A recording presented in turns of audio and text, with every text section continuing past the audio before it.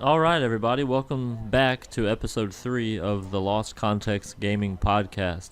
This is your host, Blake. I'm with Gerson Hey, what's up, guys? and Alfred. Hola, me llamo Alfred. All right, well, I guess first we'll get into what we've been playing this week. Do you want to go first, Gerson? Yeah, I think I've reached the end. I want to say not actually passing Prey, but I've reached my limit with it. Too many games came out last Friday that I've been playing, Dragon Ball Z and Monster Hunter, and I think they're taking up too much of my time to like concentrate on Prey, so I think I'll put that one down. But I've been playing, like I said, Dragon Ball Z, Monster Hunter, and Escape from Tarkov is still on the list. And I discovered a game on Steam called Staying Alive, which is not getting much love. It's kind of like it was made by Indigala, and it's a very unique premise, and I think a lot of people will enjoy it if they just bothered to pay the $5 to play it. But it's pretty much a 4v4. You have 4 nurses and 4 elderly people. And the elderly people's role or like goal is to commit suicide while the nurses are trying to prevent them from doing that.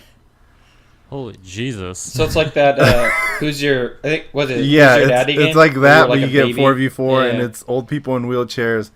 And there's a crafting system, which is like you're combining a toothbrush with a blade to like slit your throat. And the nurses have to like kind of counteract that. So if he slit his wrist or whatever, you have to give him a med kit. If he set himself on fire, you have to hit him with the fire extinguisher. So it's kind of like a rock, paper, scissors in that way, where you have to find the right combinations to do stuff. But it's really fun. There isn't that many people playing online because I don't think they know about it yet. But I'm hoping it picks up Steam so that there's more players on there. Picks up steam. Yeah, that's what I was going to say. My biggest problem with Steam is that they kind of just allow anybody. So there's so much crap on Steam that anytime the game is not highly praised, it's hard to find. Yeah, Unless you're just willing to drop money on something random. yeah, but you know what? That's the beauty of streamers. They kind of shed light on unknown games like that. Yeah, that's true. Like that fucking Getting Over It with Bennett Foddy or whatever. Mm-hmm. I'm pretty sure nobody would have bothered to touch that if they never saw gameplay for it first. Yeah, it sounds interesting. How are you liking Monster Hunter? I'm loving it, dude. I played 3, I think, on the PSP, and after that I left it alone, but I love the series. I think I'm about 20 hours into it, not even all that much, but Okay, yeah, I'm about 15 myself. yeah, it's addicting. And Yeah, it really is. the story mode, while isn't all that great, the missions that are involved with it are pretty fun. Well, and the thing is it's like the act of hunting and then killing a monster is just so satisfying because they're typically, like, you don't know necessarily their health or anything like that. You Yeah, just kind of have to take a guess and wail on them. And then once you finally take them down, it's just such a satisfying feeling. No. Yeah, I like the the more you beat on them, like their claws will fall off. You break a limb or whatever. Yeah, Now you can break off their tails, That's stuff kind like of their that. health meter. You see more scratches and blood Yeah. and stuff like that. yeah, I was gonna They say have a that. heart rate meter on the bottom, but I'm not sure if that actually does much to tell you anything. Well, and on the mini map, it shows you like their status, whether or not they're close to death, and if they're limping. So there are different ways to tell. But it is still kind of like you don't know if you're about to get that last hit or if you're still kind of hitting. So it is just a satisfying thing to do when you finally take down a monster, especially when you take it down alone. Right. Which I've been playing probably about like- 80% by myself. So Yeah, I've only sent out SOS flares whenever I need them, absolutely. But like taking down a Rathalos or Rathian or something, it's just like I did that all on my own. Well, in my little cat Yeah. friend, but I mostly feel me. like I only play online whenever I want to farm stuff. So if somebody's like has a quest that I need to farm a specific monster for, I'll just join them real quick because it makes it faster. hmm have you man, I was gonna say something and I totally forgot. I'm blanking. What weapon do you use? The switch axe. I was using That's the one. the proto or the charge sword. Then I switched over to the insect glaive. hmm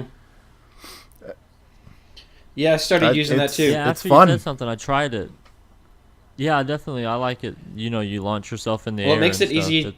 It's pretty Yeah, cool. makes it easy to mount creatures too whenever you're trying to get on top of them. If you can just use the insect glaive to launch yourself up. And it also helps that you could Yeah. send like But the I'm- insect to attack them like a drone. Yeah, yeah. Yeah, I like the Switch Axe has a I'm- paralyze feature with it. Oh, really? So it has like kind of like Yeah, Bloodborne, where in the way that it you have like a long version, which is like an axe, and then you kind of bring it in, and it makes it into a sword. So it's like, you know, you have two different ways of attacking with the same weapon or whatever. But yeah, on the shorter one, you know, you have to use the long version to increase it. From what I can tell, I haven't really figured it out. They don't explain a whole lot in the game. You know. If you go to the training the- grounds, the one- they'll show you how to use the weapons. well, kind of, but they'll show you how to use it more than Yeah. just doing it on your own. Okay. But like I've used the Switch X too, so like whenever it reaches red with the files reach red, you have to charge it up, and that's how you can charge any elements Okay. and any power. So I used that for a while. I used the bow a lot when I first started. I'm using the insect glaive now, and I'm trying to use the Buster Sword. I'm just not a fan of how Yeah. slow it is. The way you creep around with it. Because I'm better at hitting fast and doing less damage than hitting hard and doing more damage but being slower. Just because I like to be able to dodge and have a little bit more freedom with what I'm doing. So that's one of the difficult things I adjusted my playstyle for. Is specifically that mechanic is like, well, I want to be able to do more damage, but it's just really difficult. The weapon that's used the most though, I think, is the sword and shield. The insect glaive is 10th, and then the weapon that's used the least is the horn, and that is a hard Oh, weapon yeah. I to haven't even use. tried It's- that one. I tried the dual blades. It's kind of but I similar don't- to the hammer. Okay. Well, the thing is the way every move you make, as opposed to like, yeah, there's still combos and stuff that you can do, but every move you make with the horn has to be intentional, because you're basically playing Yeah, notes with each it's move. it's a support And then weapon once- essentially. Yeah, and then once you hit a certain combo, you have the option to, the thing that I like to do with it, or I like to do with it when I was playing around with it, is you can put up like headphones or something, or earmuffs, and basically that stops you from recoiling every time a monster cries. So there's a bunch of different play styles. It's just trying to figure out which one suits you the best, which I like that there's a lot of weapons, because I'm not locked into one specific play style. Yeah, I like that you get them all in the beginning too. You just Yeah. because I tried about 3 or 4 of them, and I think the Switch Axe is my favorite. hmm Yeah, that paralyzing. It doesn't paralyze them every time, but it still does like shock damage or whatever, I guess. And I'm really Mhm. enjoying that. I like the slower heavy hitters because I tried the dual blades, but I don't know. I just felt like it took too long. Even though you swing faster, I still Yeah. just felt like it was taking forever to kill something. Well, with speed, you sacrifice damage. Sure. So the more damage you do, the slower you're going to be, just because it's a heavier weapon. Right, right. And so that's like the sacrifice that you kind of have to make. And like the sword, and I think the lance are kind of the mid range. So you're doing probably medium damage with medium speed, but with the heavier weapons, you're sacrificing something for something. why- Yeah, basically. like I get that. I just thought that moving that much faster would kind of compensate for the damage decrease. But I felt like it took longer in my mind. Maybe I'm totally crazy. Maybe whatever. But yeah, I don't know. I've been doing a lot of the investigations. Have y'all done any of those? Yeah, I've done Yeah. a couple of hunting ones where you got to kill 2 monsters. Yeah, yeah. Yeah, I've done some of those, and then I've done some captures. I haven't captured anything yet. I think I've made some traps in preparation, but I haven't actually done one yet. you have to capture it. You have to lay down a trap, but you also have to do you have to stun it or put it to sleep after you put it in the trap, and it's Yeah. really hard to get some of those items. So I just wait to do it whenever there's a It's, capture. it's Yeah, I easier if you I have got, a bow or the cannon things.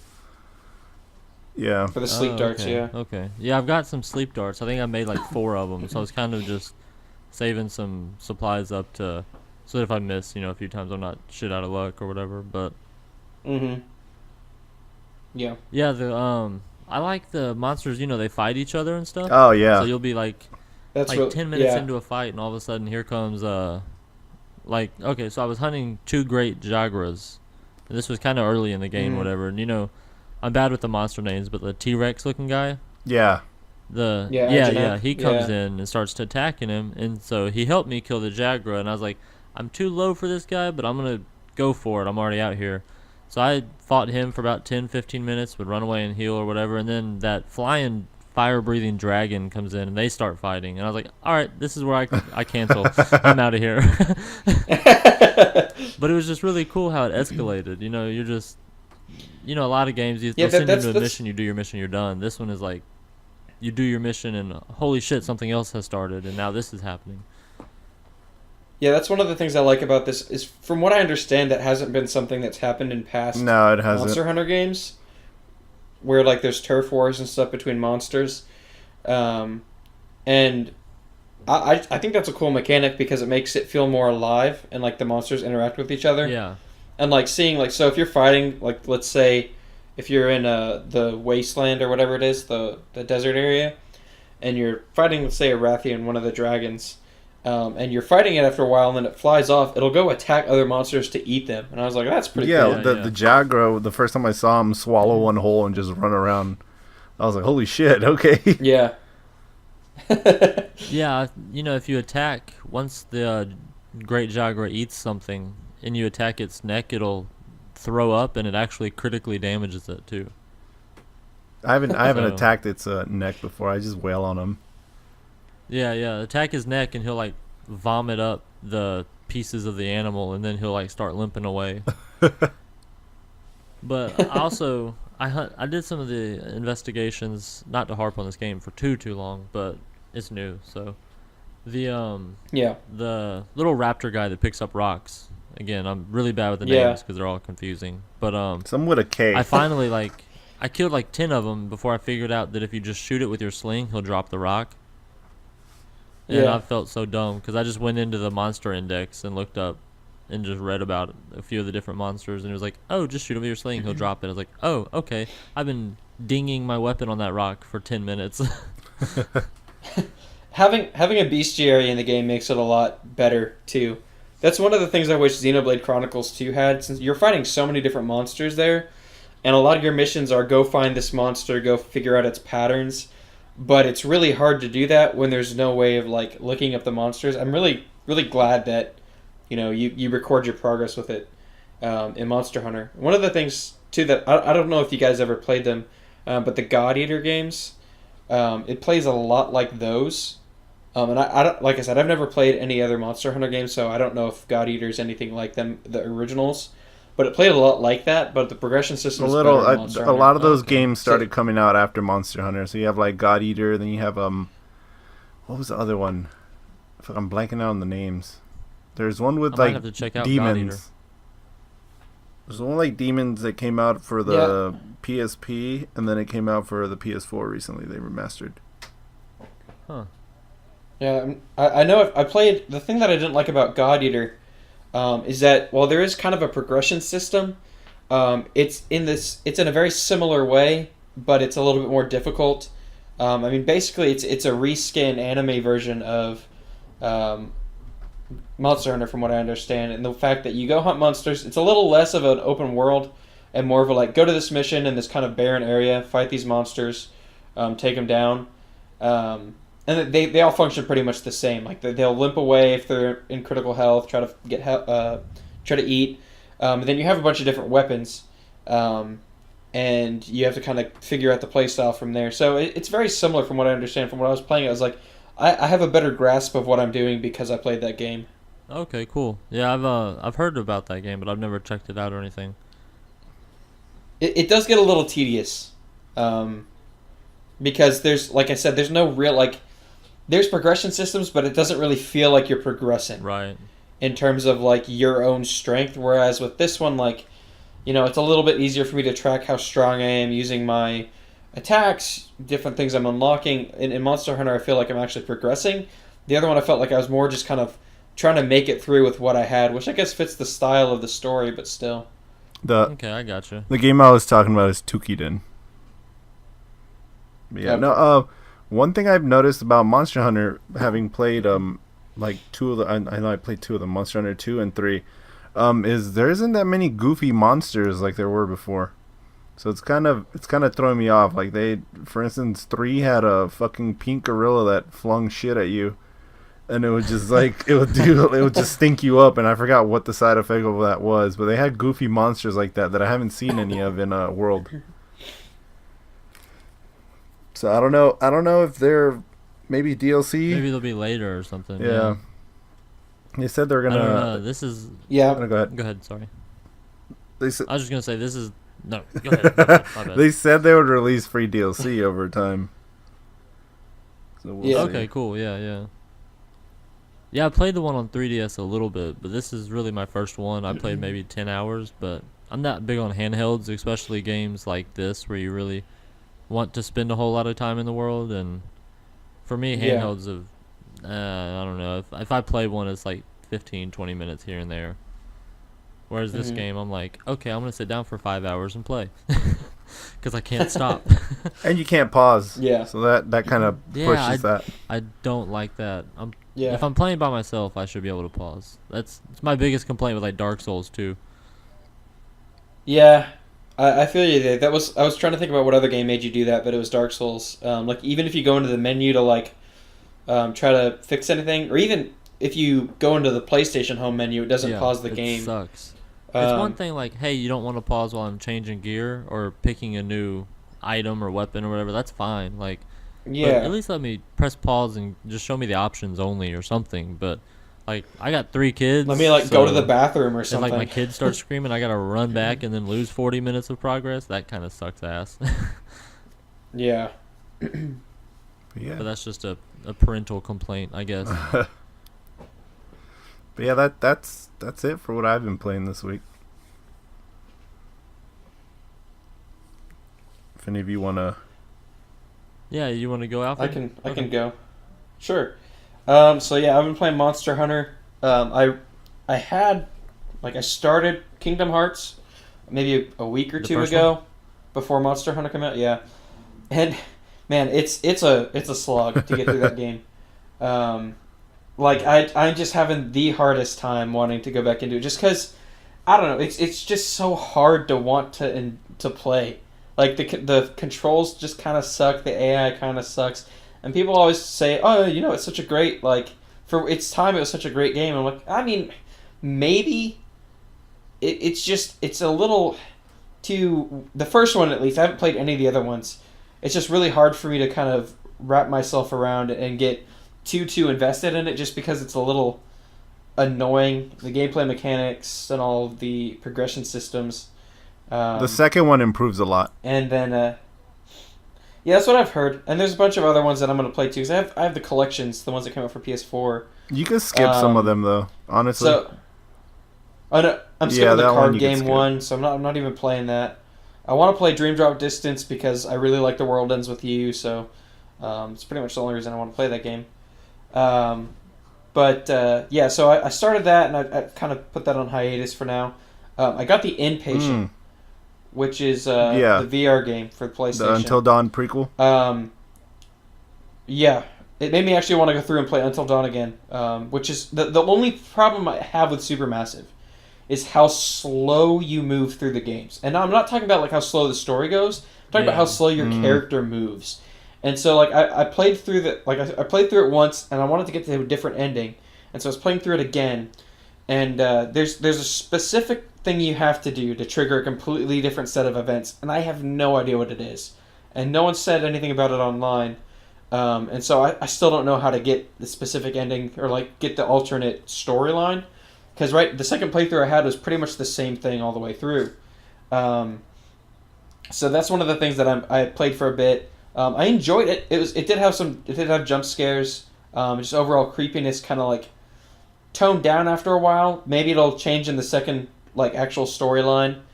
Because I got the same ending basically the second time I played. Oh, okay.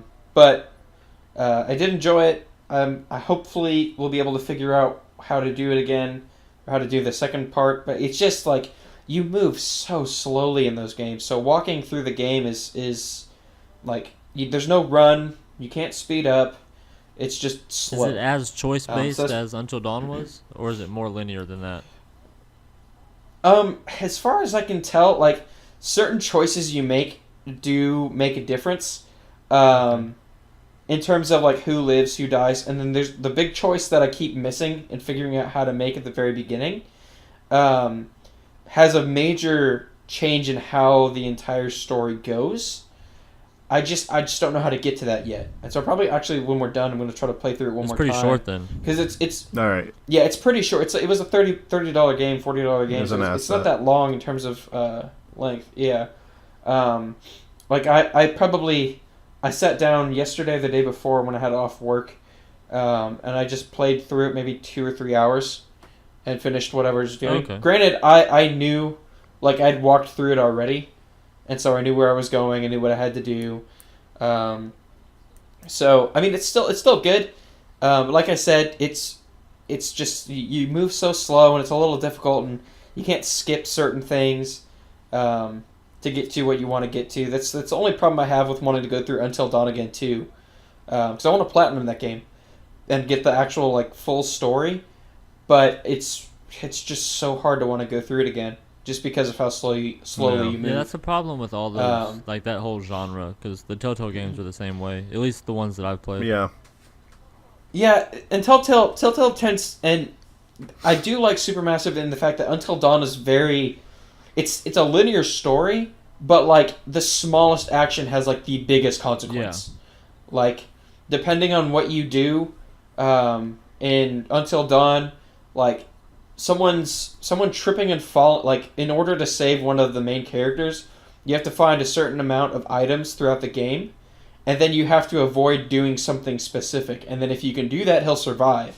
And so I like that, as opposed to where Telltale, it's like, should I choose to feed everyone or should I save the food for myself? And it's like, well, I mean, that's like a moral dilemma, but it's not like I know that there's really only two ways this can go. Well, even then, it's kind of it kind of chooses for you, because like I know the first season of Walking Dead, like no matter what you do, it's gonna have somewhat of the same ending. Yeah. Like, and everybody, this The game main is really ending- old. Y'all have played it, right? You know the Yeah. part where you shoot the kid or she shoots the kid or whatever. You know, everybody Yeah. had to do that, whether it was him or her. It's the same situation. You know Yeah. what I mean? It's just like, I don't know. I think Until Dawn was 20 times better than anything that Telltale's done. Oh, definitely. Oh no, like, and I loved Until Dawn, and it's just difficult to want to go through it and walk through the slow pacing of the characters. Has again. has Like, your wife that's- played it? Y'all No, should not play yet. it together. She- to get I'm you try- to go through it again. I'm trying to get her to play it. That's what. I want to get her to play at least the Impatient too. Yeah. But the thing I said is like, it tapers out, and I think this is a review I read about on IGN as well. Is like the beginning of the game has some pretty like just jump scares, some pretty freaky parts, but it just kind of tapers out after a while. The best, I guess, the best use so far of VR that I've had is playing that game though. Just because when you can get the Move controllers to work properly, everything kind of works. Is pretty nice. There's a specific part in the game where you have to keep completely still, and so you have to keep your head still. And like I've never been so aware of how my head was in that one moment that I had to be Yeah, there. I remember that. 'Cause with I was the like, I know controller that- in Until Yeah. Dawn. Yeah, like putting it down, It's like being if you still. messed up, I they was like- die. It's like, what the fuck? And that was like I the wasn't very last prepared Yeah. for choice. this. The very last action that got your character. Yeah, and so I was like sitting there with my head completely still. I was like, I can't move at all. Like I know I want to turn and look, but I can't. And so that was pretty cool. That was a really cool use of the yeah, move. that's pretty cool. And so I think, and I've said this before, but I think that we're gonna see a lot of horror games before we see anything else on the Move or on the VR, just because of how submersive that can be, and it's a lot more scary when it's first person, like up in your face, as opposed to just on a yeah, screen. see, like horror movies are probably one of my favorite genres, but horror games have never got to me. Like there's not many that I Yeah. like. Not just that they don't scare me, but like I don't care to play Resident Evil or Silent Hills or none of that stuff because it doesn't do anything for me because it you know what I mean. But I feel like with VR, Yeah. that would really get me into horror gaming because you know it's more. Well, that's why I said, like you like- said, it's more immersive and more horrifying, I guess. Yeah. Well, that's what I said. The proper way, in my opinion, to play Resident Evil 7. They is have a with few VR horror headset. games too, because they also have the Paranormal Activity game that I hear is pretty cool. Yeah, I haven't played that, but I know that there's a few on the PlayStation Store, and so like I think that that's probably going to be something we're going to see a lot of before anything else, just because that's it's so much more real, I guess, whenever you're seeing it through your eyes, like you're seeing it first person, like with the screen right next to you, basically, or it's like you're there. So that's probably the best. Again, the Impatient was probably one of the best experiences I've had so far with Cool. VR, aside from Resident Evil 7. And then the only other game I played, just because I'll throw it on whenever I want to do something for like 10 or 20 minutes, is just Binding of Isaac. I'm trying to go through that again, or still, and beat a lot of the stuff that I haven't been able to in years. I've never played But- that game. I've always heard that it's incredibly hard, so I've kind of strayed away from it. Yeah, it gets pretty hard. There's a character you get that can only take one hit. Oh Jesus! And I'm trying to. I Is think it you can is it 10,000% the game. demon? No, it's the Oh, Lost. okay, I got you. Yeah. It was originally really hard to unlock, which like it's a really cryptic way to unlock the character. But finally, you unlock it, and it can only take one hit depending on if you have a certain item or not. But it has the same exact like requirements to beat all the bosses as everyone else. So trying to get through that, but it gets a little frustrating when I get pretty far in and then I get hit once and I'm like, oh well. That game is Screw really that. fucking twisted, So- though, if you think about it. I mean, Oh, no, all it's the, so the messed up. little kids you encounter in the basement are supposed to be aborted babies from the mom or some shit like that. Yeah, no, it's Holy it's Jesus. Yeah, it's messed really up. fucking dark. No, like all of those games are like Super Meat Boy is really messed up. Like it's just so like a gross world. But like like I said, I've sunk more hours into Binding of Isaac than I think most other games. Like I probably argue maybe Wind Waker or something like that, but I still don't even think I've gotten like 400, 500 hours in those Oh games. wow! Like I have for Binding Yeah, of that's Isaac. cool. Yeah, no, like I've clocked in a lot of hours in Binding of Isaac just because like procedurally generated roguelike, and I just enjoy the gameplay so much. But like it is really messed up. So it's not something that's like, hey, you want to buy your kid a good Switch game? You should get Yeah. a Binding of Isaac. It's definitely not like horror inducing or anything like that, considering everything that it's about and going on. So, but that's why it was really weird back in maybe 2 or 3 years ago when Reggie came out on stage and announced that Binding of Isaac was coming for the 3DS. He's like, I just love playing Binding of Isaac on my 3DS. I was like, that's so weird. I don't know. I don't believe anything that comes out of that dude's mouth. There's just something about him. What about you, Blake? Well, I've been playing an old game and a new game this week. I've been playing lots of Oblivion. Hmm. I Mhm. finished the Fighters Guild with my warrior character and realized that after all these years, all these hundreds of hours, I've never played a mage in that game. So I started over and made a mage character. Luckily, I remembered to keep my save file at the end of the sewer, the hour-long fucking terrible tutorial. So I was able to just press the button and remake a new character without having to do all that. So I've been working my way through the Mages Guild in that, because I've never actually done that quest line.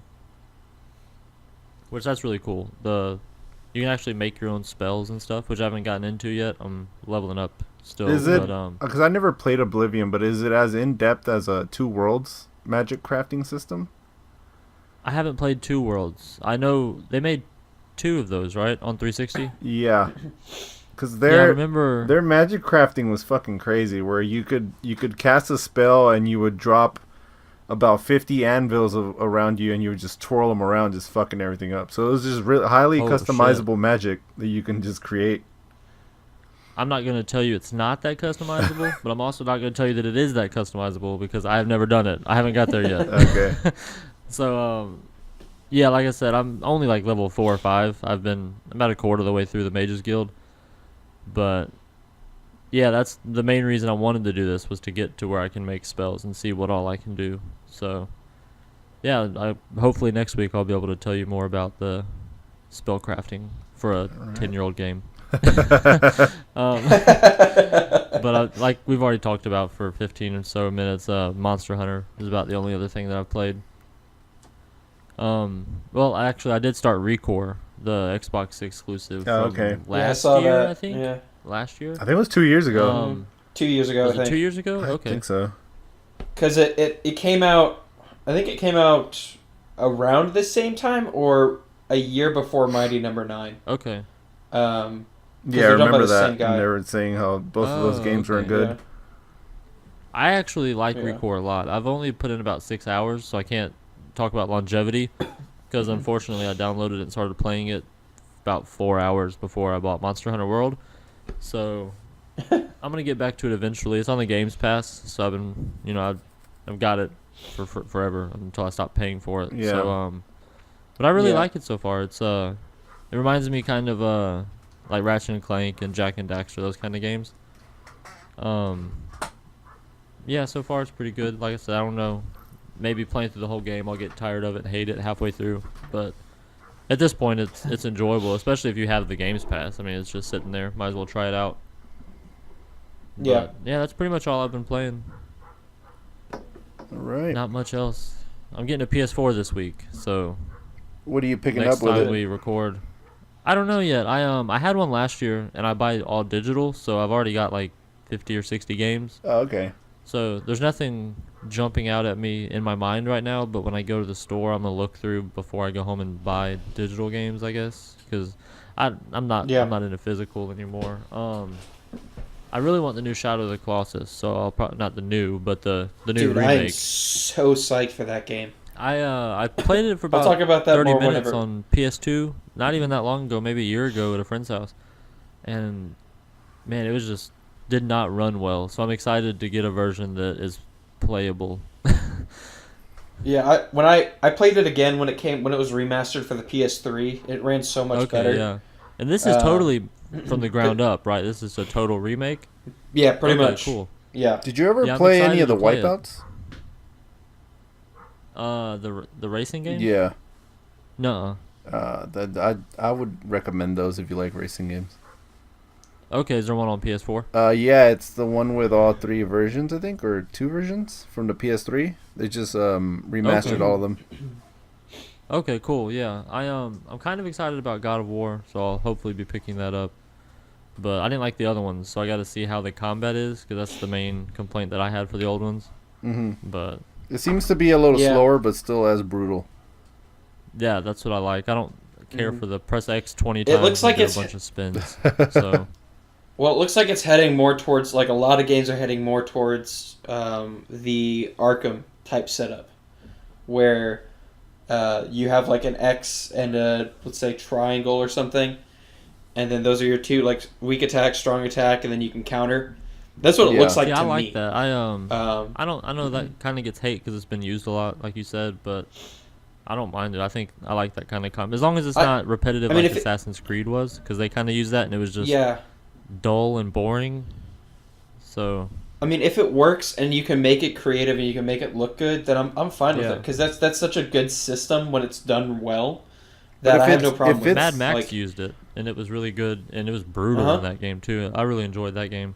If it's like Arkham's fight style, it's a little weird though because the camera doesn't pull back like it usually does in those type of games. If you notice, like yeah, because it's still like a yeah, third it person stays over the locked shoulder. behind them, so I don't know how that would work because you can't tell if somebody's gonna attack you from the back.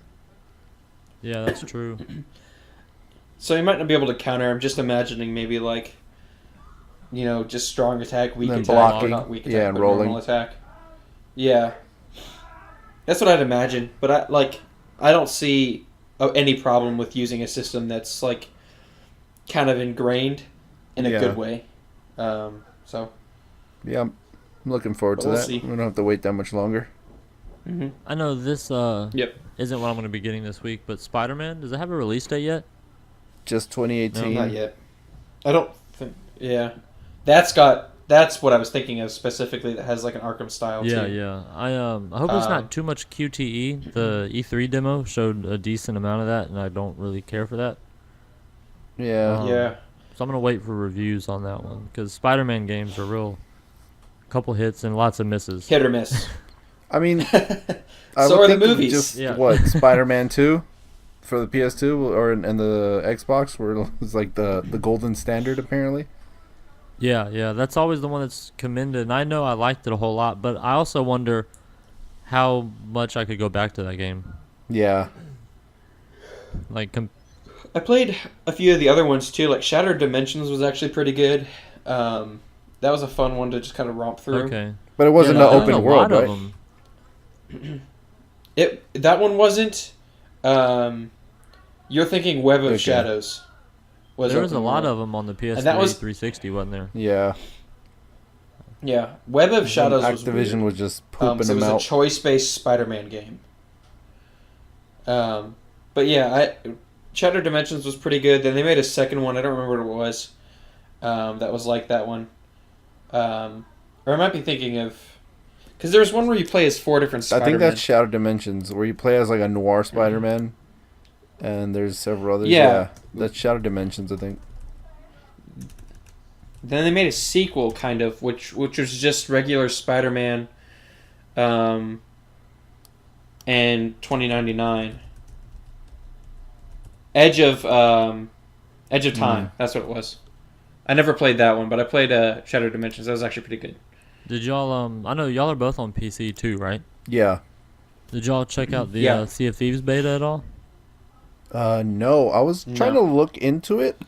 I think you have to pre-order a physical version, if I'm not Oh, mistaken. did you really? Okay, because excuse me, I had the choice to play it. I got an email, but I didn't pre-order it. But I was in the alpha, so they Okay. probably just It might have included been. me in the beta. You know what? I don't Yeah. have the Microsoft Store installed on my computer, so there might have been more information on that if I were to log into that. Yeah, because that's I am looking forward to that game. If I end up getting it, I'm definitely looking yeah. forward I'm to really it. stoked looks really for it. I good. watched a bunch of gameplay from this week. I didn't really play it because I played a lot of the alpha, probably about 20 or 30 hours, and really, really enjoyed it. But I don't know, with it coming out so soon, I didn't want to play a whole week or 5 days or whatever of it. Yeah. I want to kind of Yeah. save myself for when it releases. But yeah, that game looks really good. That looks incredible. Be a good multiplayer game. Definitely. Mhm. Looking forward to that one. All right, y'all want to hop into new releases, or did you have anything else you want to talk about from this week that y'all played or anything? We do. We can just jump Yeah, let's do into it. new releases. Sounds good. Alfred, you want to take us away? Yeah, okay. So we'll walk through this week to the 9th for the next 2 weeks, I guess. Yesterday, Skyforce Reloaded came out on the Switch. Today, EA Sports UFC 3 came out on PlayStation 4 and Xbox One. So did We Were Here 2 for PC. On the 6th, Shadow of the Colossus PS4 comes out, and I am super stoked for that game. Because I've watched some graphic comparisons, and even running on a regular PlayStation, it looks amazing. Marooners for PS4 and Xbox One comes out the 6th. Civ 6, Rise and Fall, I think that's the DLC, comes out for PC. Octogeddon comes out for PC the 8th, so does the Civ 6 DLC. Dragon Quest Builders is finally getting a release date on Feb 9th for the Switch. Seven Deadly Sins, The Knights of Britannia, which I'm looking forward to maybe picking that up on the 9th. And then Under Night in Birth X, latest for PS3, PS4, Vita, and for February 9th. I have no idea what that game is, but it sounds like something that's very JRPG. Yeah, I don't know what about half of those games are. Yeah, I'm looking for, because I enjoyed the Seven Deadly Sins anime, and the game looks pretty good, so I might pick that up. I'm not too sure about that $60 Is this price the first tag, one? though, I feel so like I've I heard might that hold name off. before. I mean, obviously, you know that the saying, the Seven Deadly Sins or whatever, but I feel like there was a game before. Yeah, it's the. There might have been another one. I don't know if there's anything else, unless it's just been out for a long time. Okay, yeah. I could be just having that saying stuck in my head, making me think. Or there was you a might game have before, seen it but- on Netflix because that's where the series airs. Okay, Yeah, yeah, I that mean, might that's- be what it is too. And then, yeah, and then this isn't yet. This isn't on the list for the next 2 weeks, but I am excited for Bayonetta 1 and 2 finally getting re-released on the Switch. I saw that in the store the other day in the Switch store, and I was like, yeah. Yeah, I the can't first one is on the Games Pass, So- and I was gonna download it, but wait. I Mhm. haven't yet. So that's a good series. I keep hearing good things about it. Okay. It is. It's a really good hack and slash.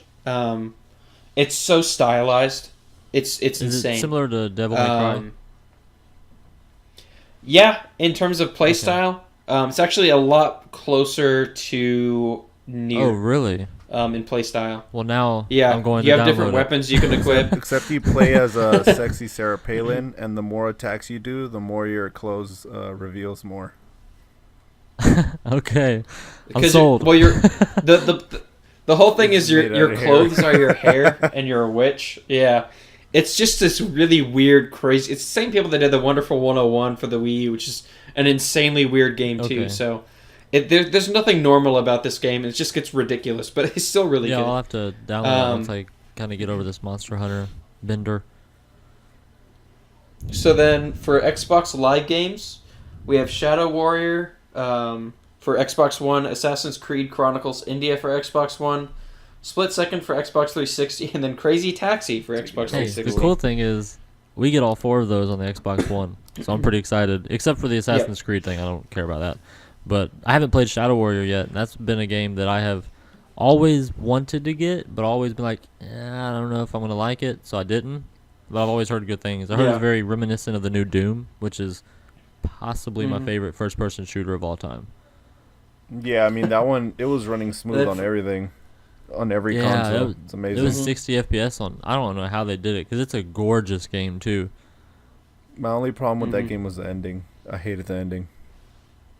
Yeah, I haven't finished it yet. I got distracted by something else, and I'm like maybe 1 or 2 missions away from that doing was the- a game where I turned the voices off, turned the music all the way up because the soundtrack is probably it's Oh, the soundtrack's it's fantastic. badass. Yeah, like I listen to that thing while I'm in the car and at work and all the time. It's one of the few soundtracks I can do because as much as I like orchestrated soundtracks, I'm not really the type to listen to it on by itself or whatever. Whereas that one, that heavy metal, yeah, it was dope. But It fits the game perfectly. it really does. Oh, yeah. And they knew exactly how to turn it down and turn it back up when the action started. It didn't sound abrupt or whatever. Which, to go back to what I've been playing Oblivion, oh my god. The music starts when the rat is within 100 feet of you, and as soon as you kill it, it just stops immediately. Like, there is no warning. It doesn't wait for the drums to die down. It just stops. And I'm like, okay, this is a little fucking crazy. But, yeah, that's some good games this month. Split Second, I've heard, is a good one. I'm excited to play through that. Yeah, I and never then played obviously that one. Crazy Taxi, And then which Yeah. they don't have the Offspring in that version, so I don't know if I'm going to play that Oh, one at all. really? I feel like that's Yeah, the- that's an important part of that game. That is the game. That is the game. Yeah, the whole game is that one song replaying over and over. I'll just have to put on Spotify or something. I'm sure they've got a Crazy Taxi playlist on there I can force through my speakers. Then for PS Live, we've PS got Plus. Knack, which will, yeah, No, it's the new hybrid. PS Plus. You get all the games. No, yeah, for PS Plus, you get Knack, which will finally give me a reason to play Knack Oh, because boy. it's free. Hold on to your butt. Um, That game, I yeah, I never it's- played it. It's an old school platformer, so there's gonna be a little bit of challenge. There's a little bit of clunk to it.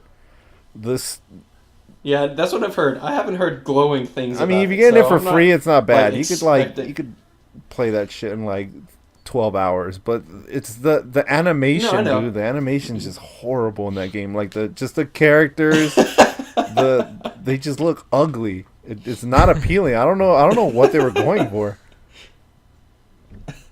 And then, so there's 2 games that I've heard negative things about that are coming out that I've kind of wanted to check out. So Rhymes next, and I was kind of psyched for that game when it was like being Is that teased. RIME? But Oh, that's Yeah. weird. That just went on the Games Um, Pass today, too. I wonder if that had something to do with it. maybe it didn't do well, and it was like being pushed as a really big Switch title, and then kept getting Well, delayed. it was and it delayed was and announced delayed back and when the delayed, and PS4 and the one were announced, right? Yeah, it's Holy been crap. in development for a long What- time. What It's genre just- is At it? one point, it was a Sony exclusive, and Sony dropped it. There's that.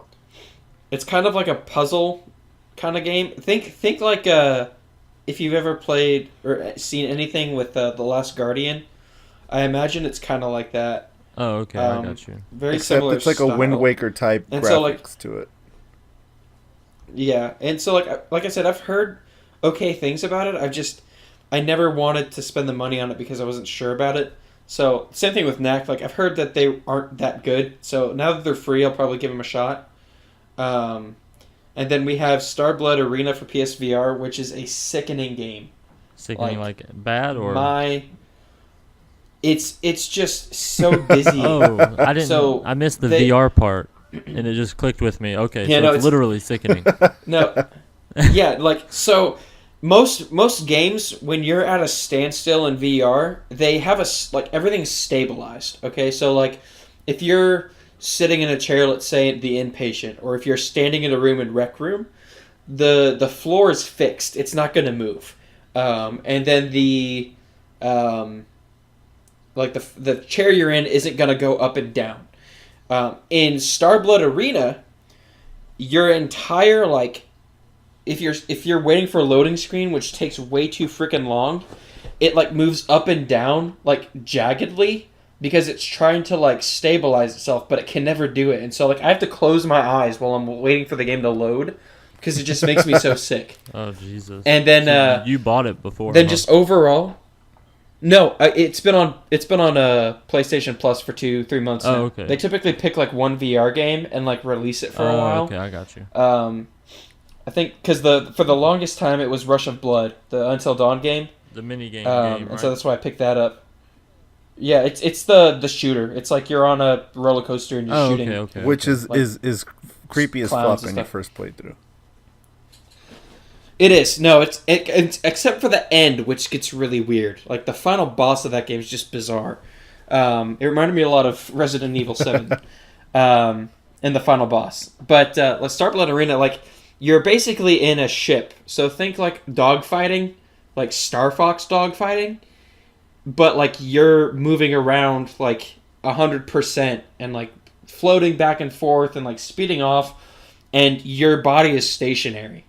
And so, like, medically speaking, that does, like, some really weird stuff to you. And I couldn't play it for more than, let's say, like, maybe 10, 20 minutes before I was like, all right, I can't, no more.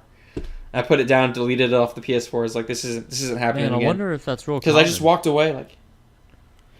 Well, maybe. It's just, like, I walked away. I was sick the rest of that night. Like, I laid down in bed, and I was like, I turned to my wife, I'm like, I feel like I'm going to throw up. And, like, I couldn't control my equilibrium. I was so thrown off. People may disagree with me. They may really like that game. I just did not. It did not sit well with me at all. So if you're thinking of picking it up and you think you have really good balance or really good equilibrium, go for Hey, it, it's man. free. Like, Might as well check it out. do what you want. I'm telling you though, I've Yeah, only ever it had just- that happen to me with PSVR. It was just the fact that the movement was so Yeah. unstable in every aspect of the game. Like, if everything had been stable, if everything had been set up well, in the way that, like, when you're at a standstill, you're not, like, moving too much, and your screen is, like, fixed. Kind of like what they do. So, if you've played Bioshock, gosh dang it, Resident Evil Biohazard, in VR, most of the screen, like loading screens, are like fixed screens. Like they're kind of Yeah, like it pulls you back. It looks like you're looking at a basically like screen. yeah, and so you're not. So it's not like trying to load while also render a 3D environment at the same time, which is a good thing because you're not trying to do a lot of things at the same time. But it's just like I read the reviews for Starblood Arena before I downloaded it, and it was free, so I did it anyways. But none of them were that good, and I can completely understand why. It's just needlessly complicated, and it's not that good for VR. But other than that, if you have a PS3, Spelunkers HD is out, Mugen Souls Z, for Vita fans, Exile End and Grand Kingdom, which is a cross-buy. I think Exile End is another JRPG-esque game, and the Kingdom End is like a 3-character RPG type thing. I'm not 100% sure. I might pick them up since I have a Vita, but yeah, that's the Live and the Plus One of the- games, and then One of the Nintendo's Vita games is does also nothing. on PS4. Does that mean you can download it for free on PS4 as well? Yeah, Yeah. yeah, it's Okay. it's Grand Kingdom. So this past month it was Psychopath's Mandatory Happiness, and it's typically whenever they release a at least one Vita game, it'll be a cross buy. I think the month before, I think in November or December, it was Downwell. Was Yeah, a cross buy, Downwell. That and game was then, a lot of fun. I was bad at And it. then Hue. But Yeah, I it's got really to the hard, second but area. that. That's the end of my sentence. I got to the second Then- area. So there was Downwell, then there was Hue, and they had cross save. So you could play them on Okay, each cool. one. Yeah, I I know. but that's what at least one of Rogue them Knight does. was also cross save per because I had cross. both. I had a PS4 Yeah. and Vita at the same time for a little bit there, and I Yeah, played most that of- too. They release at least one game like that, where you can play them on both and kind of do a cross save and cross play, or not necessarily cross play, but cross save and Right. cross buy. So that's nice. They gotta do something for the because Vita. not. Yeah, I'm so glad we're getting support. Okay, like we're still getting. There's still new games coming out for the Vita, which blows my mind. So like that, they're still getting new games. They're still getting support. So as long, they're still supporting the PS3. So, do what you will Yeah, with they, that. They're definitely PlayStation actually can hold on to their consoles, which is definitely a good thing. Yeah. Well, because they Yeah. know there's like third world countries and stuff where they're not getting the new stuff yet. Like I feel like but Brazil I- was still selling PS2s long after the PS3 launched.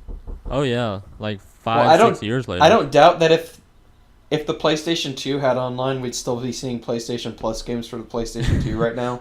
Like I have no doubt about that. Yeah, I mean, I think it's just supporting other markets that don't have the new stuff yet.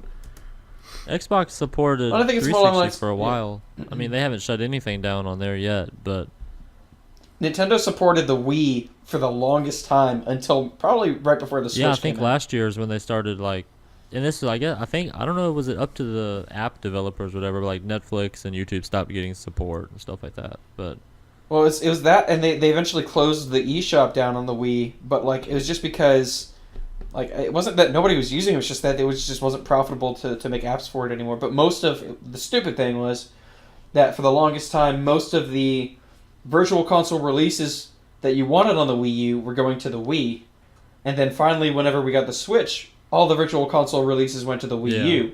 And so I don't know what they were doing with it. It was just stupid. does it but, even have a virtual console? They supported yet? the Wii. Or the Switch? I mean, It will. It will once the That- online yeah. pass launches. once they realize the current year, Yeah, pretty much. 2018.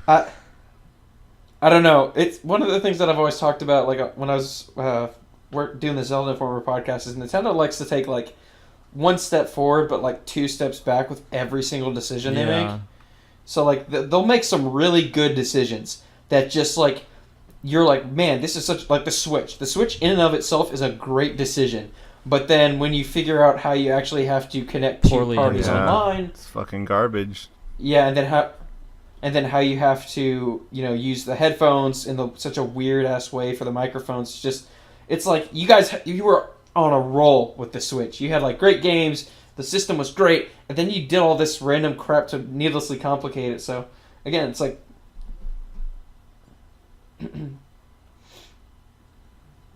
Oh yeah, that's right. sorry, I stopped recording on accident. I saw on Twitter that Brian Altano, he had to send his in for some reason. I don't think he said in the tweet. They had to delete all of his Yeah, save he said files he 'cause said it got- the charge his dock wasn't Switch reading got it. Yeah. corrupted. Yeah, Yeah. and that really sucks. And I was like, well, why wouldn't he save to the SD card? Mhm. But apparently you cannot put save files on your SD card. Yeah. You are I not. just You don't- cannot. Why? Why can you not put I- save files? You should have a I cloud. still, First of all. Second of I still all, find it ridiculous that you have to have an SD card. well, yeah, absolutely. It was the same thing with the Vita. Like, the fact that the Vita had to have a specific SD card was probably one of the reasons why it died like it did. Well, the good thing about the Switch is you can use any SD card or micro or whatever. That's but true, but I mean, like, whereas you have what, the like a Vitas 32 were gigabyte console. $100 for like a 4 gigabyte. Yeah, that shit was No, stupid. yeah, That'd be that's shitting ridiculous. me, man. Like, they're still outrageously priced. You can't. I mean, I saw on Craigslist last week somebody was selling a 64 gig for 150. Like, what No, the yeah, they're fuck? still crazy I was like, expensive. that's because- kind of a good deal. Aren't it? Well, it's because only Sony made them. It was like specifically made for the Vita only Yeah. by Sony. Yeah, they. And so it was like, I had a PSP for a while, and those were proprietary as well. So they were like, Mhm. but their cameras actually used the same memory as the PSP. So I went on Yeah. Amazon and looked up like memory cards for their cameras, and SanDisk made something for $10 that you can put 2 micro SD cards in. It was the same size as the memory card for the PSP. So I'm just kind of waiting on them to do that for the Vita, but I don't know if I don't they know will. if we're ever going to get something like that for the Vita, just because most support is Yeah. probably dropped There's for the no Vita by profit now. to be made. I like Yeah. they'll release, like, it's basically the JRPG machine. So like I got Demon's Gaze 2 on it just because I wanted a good JRPG to play while I was in Oklahoma a while back. So I enjoy that, but it's like I know that like this isn't like this console. The thing that I'm playing is not meant for like everybody. Like I pretty much just have JRPGs on it, like Persona 4, Persona 3, all that stuff. Right. So like I'm under no impression that it's going to be a knockout console, especially when I bought it used. I was like, I know what I'm getting myself into. Well, like I bought it and I had it for like a month, but I barely played it because, like you said, I'm not big into JRPGs and stuff, and that's like 80% or plus of its library, which is fine. Like, that's awesome for people that like it. Like you said, like, it's great for you, but for me, there was just no reason to buy it or keep it. So Yeah, and the problem with, I think, like I said with the Switch is the fact that you have to use a memory card for whatever reason, but it doesn't actually do anything. And I really wish Nintendo would stop releasing 32 and 64 gigabyte systems, because that's BS. how big is Zelda? Because that's their biggest game so far, right? You think? I think that took up most of the space on the Switch. Wow. If you played it online, I think it was like a 30 Let me tell you gigabyte right game. now. Jesus. Um, Yeah, that was ridiculous. And like, oh, you can use any SD card you want. Like, I mean, yeah, like that's good, but like you said, why? Why should I have mean, to? well, and like when you're seeing like 256 gigabyte systems from other companies, or even like 1 terabyte's pretty much the standard now. Yeah, definitely. Like We don't at Best Buy. I don't think we sell any PlayStation console that has anything under a terabyte. yeah, I know they it's- the PS4 Slim doesn't have a 500 model, does it? Yeah, I don't think so, because I know we sell the Pro with a 1 terabyte, and then the standard with a 1 terabyte. I don't, as Which far as really, I'm aware. the Pro and the X, they should come with at least 2, with how big the 4K patches and games are. Yeah. Because like I played Halo 5 this week too. That's another subject we've already talked about. But that game was like 97 gigabytes. And that does not include 4K patch, which is probably another 15 or 20. Yeah, shit's getting crazy. That's why Yeah. 4K sounds amazing, but you better come with like at least 4 terabyte hard drive. And Or I you only have have to a buy the terabyte data physical. cap.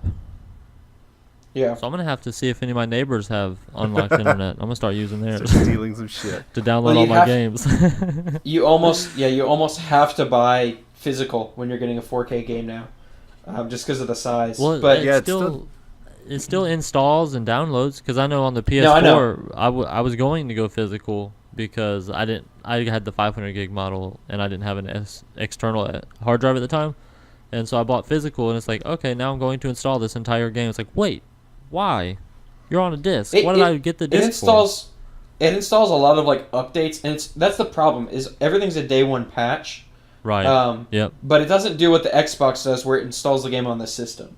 No, it does on Um, PS4, because I mean I it had does? like 5 disc games and my hard drive was full.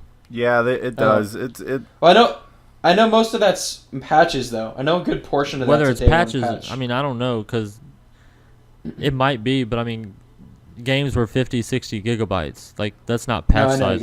Yeah, that's still insane. Like I know when I Um, bought Doom on disc for PS4, it was the same size as my digital copy on Xbox One. So Okay. it was like 62 Hey. or 58 or something like that around there. But like my phone, my iPhone has more space on it than the Switch does. Right. Yeah, my phone's 128 gigabytes, which I will never Well, and- fill up. They wouldn't let me buy a smaller one. And the problem is too, like even looking back at the Wii U, so it was a 32 or 64 gigabyte system. I think I had the 64 gigabyte one, but you have like 2 or 3 games on there. Plus I had, and then I was trying to run Xenoblade Chronicles, the X, and installing the patch for that game I think was like a 20 gigabyte patch in order to make it actually work on the system. And so I had to delete like 4 games off of it just to get a game to run, Good God. basically. And so that I was like, this is stupid. Like, why do I have to do this for like? It's not that expensive to put like space and stuff. Like, Right. if I can buy a Pro for $399 or a standard PlayStation for $299 with a terabyte hard drive, then I shouldn't have to worry about the Switch, which is about the same price, if not more. I think it's going- $299, right? Or is the Switch $399? I think bundles are like $399. I think the Switch itself might be $299 if you could find that. Oh, okay. I think Um, they're easier to find. I saw them at my Best Buy Yeah. a couple of times that I've gone. So But still, that's just ridiculous. That's like a 32 or a 64 gigabyte system. Like, yeah, with the size the that's- games are, I don't know how they expect anyone to want to port their game over when it's going to fill up the console. I know that's just. Well, I mean that's insane. that's to how they me. make I mean, money. I 'Cause guess. have you seen their Nintendo's officially licensed memory cards? They're fucking expensive. Oh my god. They're made no, by the problem- SanDisk, and they're the same exact SanDisk SD card is like half Yeah. the price or 2/3 of the price. The thing like, is, what the fuck? is their goal is to try to push out more cart sales, the little carts Yeah. that they sell, like physical. Right. And so that's the main goal. Like they're like, oh, everybody's just gonna buy physical, and to an extent, I understand that because a lot of the save data and a lot of everything can be stored on a cart a lot better than a disc. So it's just a lot do easier. your game save on a cart? I don't Um, think so. I'm talking about like just the overall like how everything Yeah. functions. So the game itself, all of that is saved onto a cart. Oh, sure. All yeah, of your the game, game all files. of your game, Yeah. yeah. So it doesn't download like it does on a PlayStation or anything like that. Like it still downloads all the updates and DLC downloads Right. onto the system, but the game itself is comfortable on the cart. So you don't really have to worry about downloading that. But I think that's what they're expecting is that there's more physical sales. The problem is, I think it might have actually been Rhyme was $10 more on the Switch than it was on every other console. On all Yeah. of the indie games. And they're are. doing that a Like, lot. almost Well, even every one LA of them. Well, LA Noir, that was $10 more on the Switch just because it was of how like Nintendo's the only one that makes the carts for the games. So the publishers have to get the carts from Nintendo to put their games on. I mean, even the um, digital games are more expensive. Yeah, it's just I don't know. Like there's a lot of decisions that they made right, but a lot of them that just don't make sense. Yeah, Skyrim was Um, $60 again for like the 50th time. Oh my god, that's one of my favorite games of all time, and that's outrageous. Even the VR game is like $30. So I don't understand, like why they charge full. Was it even the remastered I version don't- on the they Switch? never. It was, but I think it was a watered down. Yeah, they never really remaster. Does that make clarified sense? 100%, but it seemed like it was using some assets. From something I read, it looked better than 360, but it didn't look as good, as consoles now. Yeah. So like, because I just don't understand pricing for that stuff, like, and the way that they set up a lot of their gaming and consoles. And I mean, I guess we can even segue into their online since we were Well, doing I some think news. it varies by the carts because they have different range carts too. yeah, for like the publishers, for So the games. depending on Different on how gigabyte much they'll carts and need on the stuff. cart, I think that's how they price it. and it's because Nintendo owns a monopoly on the carts because they're the only ones that make them. So they have to get them through Nintendo. Like that's the only way to get. That's why you're seeing a lot of indies released specifically just on the online. I mean, hey, Like, because I'm 100% digital, but honestly, like when I get a Switch, their first party games will be physical every time because they hold their value for fucking 20 yeah, years. that's another pet Yeah. peeve. Like if you buy Mario games digitally, you're an idiot. No offense, but they're gonna be $60 used for the next 10, 20 years. So you might as well buy it digital or My only physical. problem with Nintendo is they don't really do collector's editions. Yeah, they Well, they did for the Zelda, problem is right? when they, Well, yeah, that Yeah, was they did. the only one. They didn't do one for Odyssey. They didn't. there really wasn't. Huh. the- You think they'd I give mean, away a hat, man? They did. Well, depending on where you went. So it was more like pre-order bonuses. Because I know that if you got it with us at Best Buy, you got a... for some reason, we do steelbooks with games now. So if you pre-order, you can get a steelbook. So we had a I Mario got a Odyssey fucking steelbook. coin and I pre-ordered at Best Buy. Well, yeah, we also had the coins too. But there's also... oh, no, it was Mario Kart 8 was the one with the steelbook. And then we have... like Monster Hunter is a steelbook and stuff like that. But Nintendo, when they do the collector's editions, sometimes they do them well. I thought that the way they handled the Zelda one was a little sketchy because they had to know that was going to be popular. Like, only giving... because the GameStop I went to pre-order, it was like, we've got 10. I was like, Jesus. oh! And this was like one of the major ones like in the area. I was like, you have 10? They're like, there's like the Master Edition, the Collector's Edition, and the Standard Edition. And they had like 30 Switches, 10 Zeldas, 10 Master Editions, and then like, that was it. And I was like, well, guess I'm not getting that one. So Do you not get first dibs as an employee, or do they make you wait? No, this was back at Game. This is when I didn't work at Best Buy. I was just going to GameStop for it. Oh, okay. I got you. So like I had no forward warning or foreknowledge of it. It was just weird. And then like Nintendo turns around and then they kind of learn because now we've got Super Nintendo classics in stock like all the time. Really? Yeah.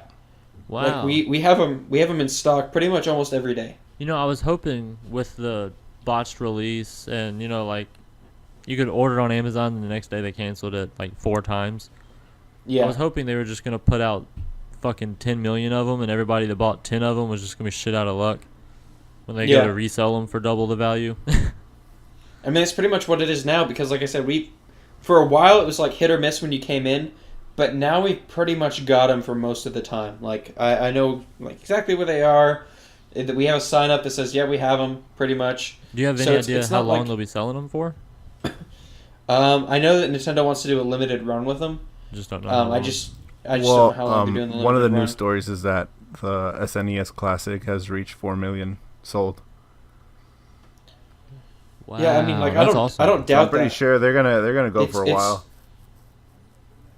I still think that the controller length is stupid, but Yeah, what is it, like that's 2 just- feet?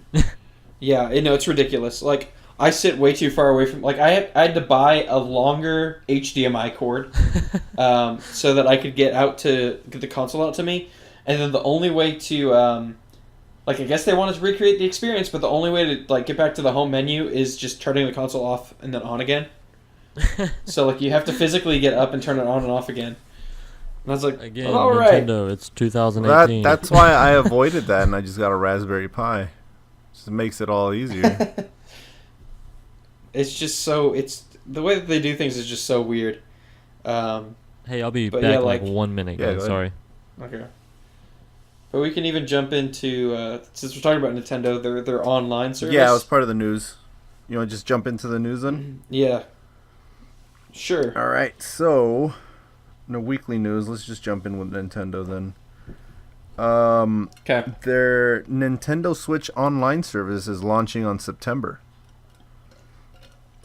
and it's gonna be $19.99 a year, I think, or is it a month? Yeah.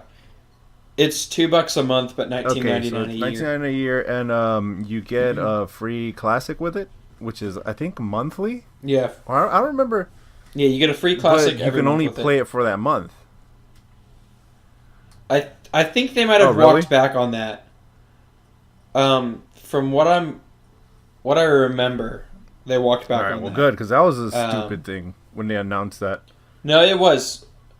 It was like you get Mario or like Super Mario Brothers 3 and then like one other game. It's like, but you only get it for this month. I was like, I don't think that that's a That's stupid. And so I think that they walked back on that and say you can I play it wouldn't. I wouldn't be indefinitely. surprised if there's Um, something else that's stupid though with it, because Nintendo's a little backwards No. with their shit.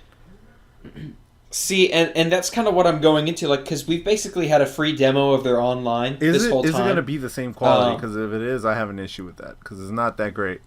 I know that's the thing is like if they're gonna keep doing it, so if the only way you can connect to parties online is through the app, then that's bullshit. Like Well, I mean, that's staying stupid. for sure. That's their online thing. That's the way they did it. I know, and that's why it's hard for me to like. I'm probably gonna end up doing it, maybe it depending on like if they release any worthwhile online games, because right now there really aren't a lot of them. The only one I play is Mario Kart. Yeah, Mario Kart, and I have Rocket League for the okay. Switch just so I can cross play with my friends. But like even then, it's like okay, so that's two games. There's really no party setup system on the Switch for it, and even if there is, how am I going to do that if I have to do it through the app? Yeah, they need And, to like- fix that ASAP. I don't think they will. Well, I think they've 'cause invested. They've not invested too going to. much. That's their infrastructure for the Switch. I don't think they can switch it. It's just And it's just so stupid. it's $4 like- a month, not two, and 20 a year. I thought it was $2 a month. According Unless to it The was- Verge, it's $3.99 a month or $19.99 per year. Okay, it's still a little bit less than something Well, like yeah, way PlayStation cheaper. Plus, but which is good because I don't think I'd pay PlayStation Plus prices for the Nintendo's No, online service. Definitely. And Um, I think Alfred's right. I can't find anything about it because every time I type in free Nintendo Classic, it pulls up the Nintendo Classic console Yeah, instead of the games that come with the online. But according to this, they'll be updated with features like leaderboards and multiplayer. So I would assume that they would last. I remember Alfred being right. I think they're gonna last forever. I think they're yours. I think they said you get like a month demo, and then a lot of people got really upset with it, and then they're like, actually, we're gonna change that and just walk back on that, which was good. There was one time they actually listened to the public and were like, yeah, we're gonna Nintendo fix usually does their own thing. Um, They don't listen to anybody. It's just the way that you set up parties through the app. Like okay, so it's slightly handy for the Splatoon 2 app, like in the mode in the online to like see your scores, to see what the maps of the day are, and all that kind of stuff. But I mean, in order to set up a party with someone that I want to do, like play games with, I have to go through the app. And then if I want to set up a room, I have to go through the app. And then in order to voice chat on the Switch, I have to have a cord going from the Switch into a splitter that goes into the phone that goes into headphones. So And it's just like it's just ridiculous. Like, have you seen the diagram for I this think thing? I have. yeah, it's outrageous. No, It's like it's 5 ridiculous. wires, splitter box. It's Yeah, fucking for crazy. claiming to be And a if portable your phone, console, if you get a phone call, it's just not. It's not Do what? reliable. Yeah, like it's no, like if you get a phone call, it shuts you out. It kicks you out of the party and shuts the app down. You have to go back in and do all that over again to get back into the party. Or if you get Yeah, so if your it's app like- closes or anything. so one cord goes into the splitter, and then another cord goes into the phone, and then another one goes into the headset, and it's just the most bass-ackwards thing in the entire world. Like we've come to a point in technology where like this stuff shouldn't be happening, but here we are with The Switch Nintendo has making. Bluetooth, right? I think it might. I don't think know. they figured it out that it does, but it's limited in how you use it. There was a story a few months back saying that they found out that ARMS you could use it. There was a way to connect your headphones to just the Switch itself. It's just like I look at this and I don't know if it's even wise to invest in their online because it's like we've gotten no proof that it's gonna be good. Like I mean it's slightly stable right now, so I guess it's got that going for it. But like they're like, oh yeah, we're gonna go ahead and start rolling out paid online subscription services for our internet. It's like okay, well I don't think that's a good idea.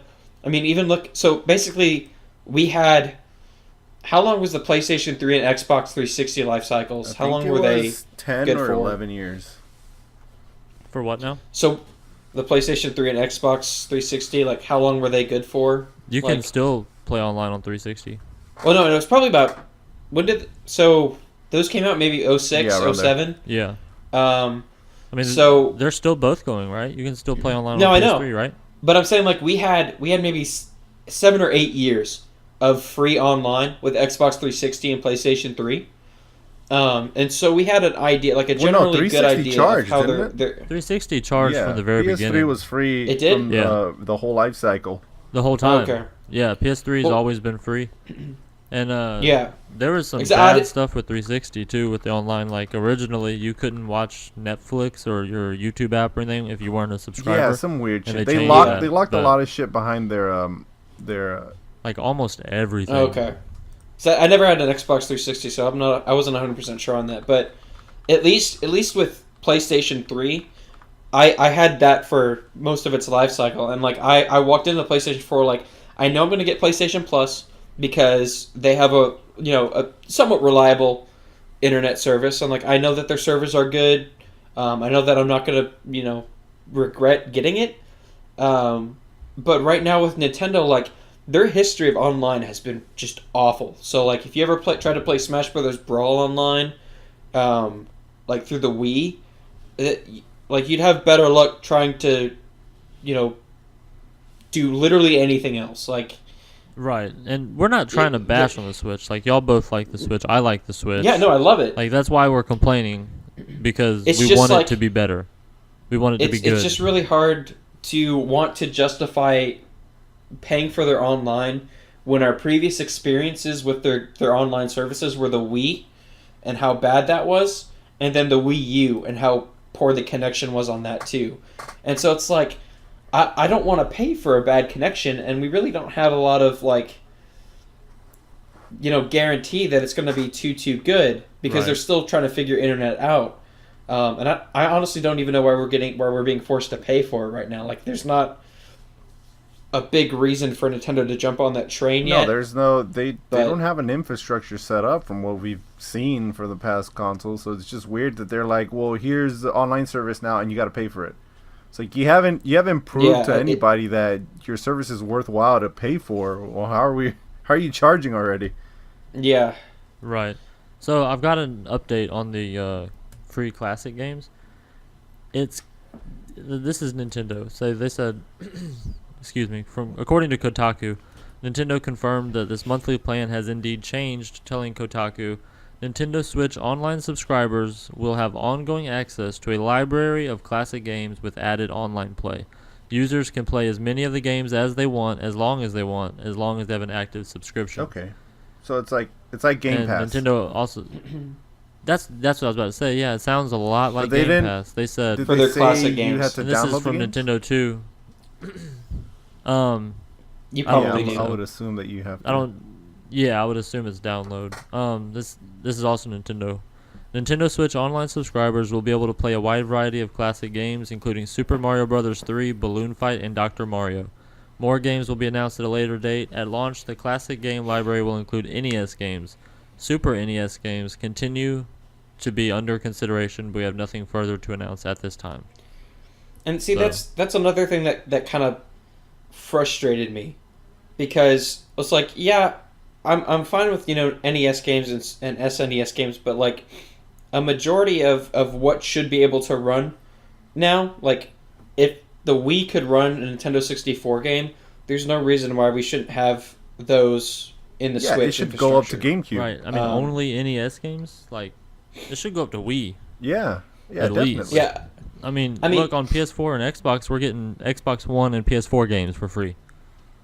yeah. Like, not necessarily I the just- cream of the crop all the time, but they're still this current gen games. You know what I mean? Like, But I don't that's know. just I mean, that's I mean, I'm always not necessarily Nintendo, though. expecting- They're always doing shit slower and they're always just weird about it. I wouldn't necessarily expect Nintendo to do free games of like current gen, just because their library is not as vast right now. sure. I mean, I wouldn't so- expect so- it either, but I'm just saying. Yeah, like, I can forgive them for that, but like looking at why haven't we had any Virtual Console GameCube games or Virtual Console and Nintendo 64 games on the Switch? It's just a little weird. because this is supposed to be a more powerful system. We're supposed to be looking at a better internet infrastructure. And if we're running into these problems with like, oh, well, we can't port Nintendo 64 games over. It's like, I could play a Nintendo 64 game on my iPhone. Right. Like, I don't understand why it's so hard for you guys to do that on, your supposed beast of a system. So, like, it's just, I really wish they'd just come out and say a lot of the reasoning behind what they're doing, as opposed to kind of, like, walk around the answers and then just, like, scarcely give them. Because that's what they do a lot. They kind of like, oh, well, we can't really disclose a lot of the reasons right now, or we can't really talk about it right now. It's like, yeah, but you kind of need to. Yeah, I think we'll know more E3, hopefully. Yeah, hopefully. And once the online thing launches, they're launching the app in the summer for free to test it, so that it's like a free demo. Mm-hmm. I don't know if that's timed or if it's like, you can use the app for free for 10 hours, or if it's only available for a month or what. But it's coming out in the summer, so everybody can try. I haven't even downloaded the phone app, honestly. It's really nothing special. Like, if you don't have any game that you really like, you still really don't need it for Mario Kart 8. Like, you can connect to your friends on there without having to worry about that. It's Splatoon 2 that if you want to do friend play, you need it for. And for party chat, don't download it. Use yeah, Discord. that's what I do. I use it on my phone, and I talk to my friends while I play. Yeah, I don't have a mic for my Xbox because my good controller broke, and the old school Xbox One doesn't have an audio jack, like an auxiliary port. So we just all joined a Discord and talked through the phone. So yeah, that's what we always used, that or Skype. Back in the day, it was Skype before Discord. So like, I don't necessarily think that impedance with their weird voice chat system is that big a deal. I just think it's stupid. Well, we shouldn't have to use Discord is the thing. Like, it's not a big deal to use Discord, but we shouldn't have to. Yeah, like, I don't have to use it on the PlayStation 4. Like, when I was playing Destiny and stuff in my clans, like, we just opened up a chat and all be in there. Yeah. So, like, and same on Xbox. The only reason is because I'm too broke to go buy a headset right now. The only reason I had to use Discord, it wasn't Xbox's fault, but... Yeah, both of those, like, the party chat works great. You just hit a button and it works, and you're in. You're done. So, I don't know. They'll figure it out. They'll get it down, hopefully, within the next year or so. I think that's why I postponed me buying it. So, I'm going to wait and see what they do. All right. So, for the next Nintendo bit of news, the Pokemon Switch game is rumored for 2018. Now, I don't know how good that rumor is, but it's been floating around the internet that it's rumored to come out 2018. There are also some leaked screenshots, supposedly, of, like, the starters. Oh, I didn't see that. Yeah, I didn't see that either. Yeah, they're supposedly floating around. There was an article about it, had them on Twitter. 3 different starters and, like, their concept art for them. But I don't know. I don't know if it's a... Well, they've been working on it for a while now, so it might be a good thing. My whole thing about it is that it can't be a up-res version of the 3DS ones. It has to be an actual open world game like Skyrim, and it can't be like false open world but really linear like the 3DS ones, and that's been my biggest problem. I think if they put out a Pokemon RPG that looks like a 3DS game, I'm gonna shit my pants. Well, if it says open world, kind of as a, what was it, Sun and Moon? If it's more like that, in terms of like how you face the gyms and stuff, I'd be more okay with that than I would anything else. It's just like I'm really worried that we're just gonna get basically like not a port. It's gonna be a new game, but like a port of the handheld consoles onto the Sun Switch. and Moon wasn't all that open world either. It you still had to do certain stuff in order to like what you really wanted to do. Yeah, but it was still better than the previous games in terms of like your free movement, I guess. And the gym setup was a lot better. It was new and fresh. I wanted to look like The Witcher 3. Good luck with that. Like realistic Pokemon running around. I want to see what a real Pikachu looks like. It's a kind fucking of rat. Nightmarish, I imagine. It's a yellow rat. But I want something like Skyrim where if you want to go in a specific direction, you could go in that direction and just get fucking lost. Or you could go attack or like take on the gyms, or you can do whatever you want. That should be how a Yeah, I Pokemon agree. game functions, not where it's like, oh, you want to take on this gym leader, where you got to go dig in the trash over here first, and then go back to the gym leader, and then he'll finally battle you. Like, nah. That, What if it was a Monster Hunter style world where there's a hub world and you go to different locations that have the different kinds of Pokemon or whatever, and you have I to like think it'd hunt be- Pokemon like that, like catch them and stuff like that. You know what I mean?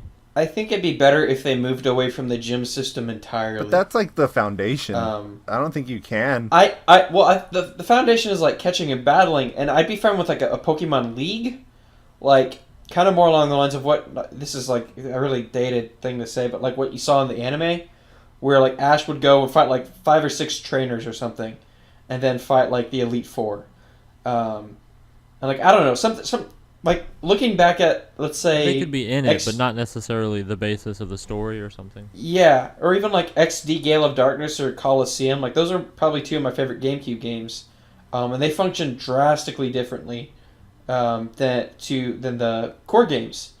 And so it's possible to do a good Pokemon game without gyms.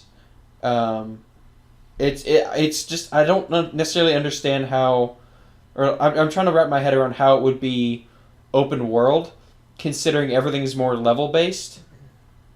I mean, like you could go into an area with high level Pokemon and basically get like fucked, but Yeah, Like, they I could just do that, don't- have certain Yeah, level and that areas would be- kind of like Assassin's Yeah. Creed Origins, how like it told you what level it was. Like you can go there if you want, Yeah, but you're not gonna live. you're not gonna do shit to these.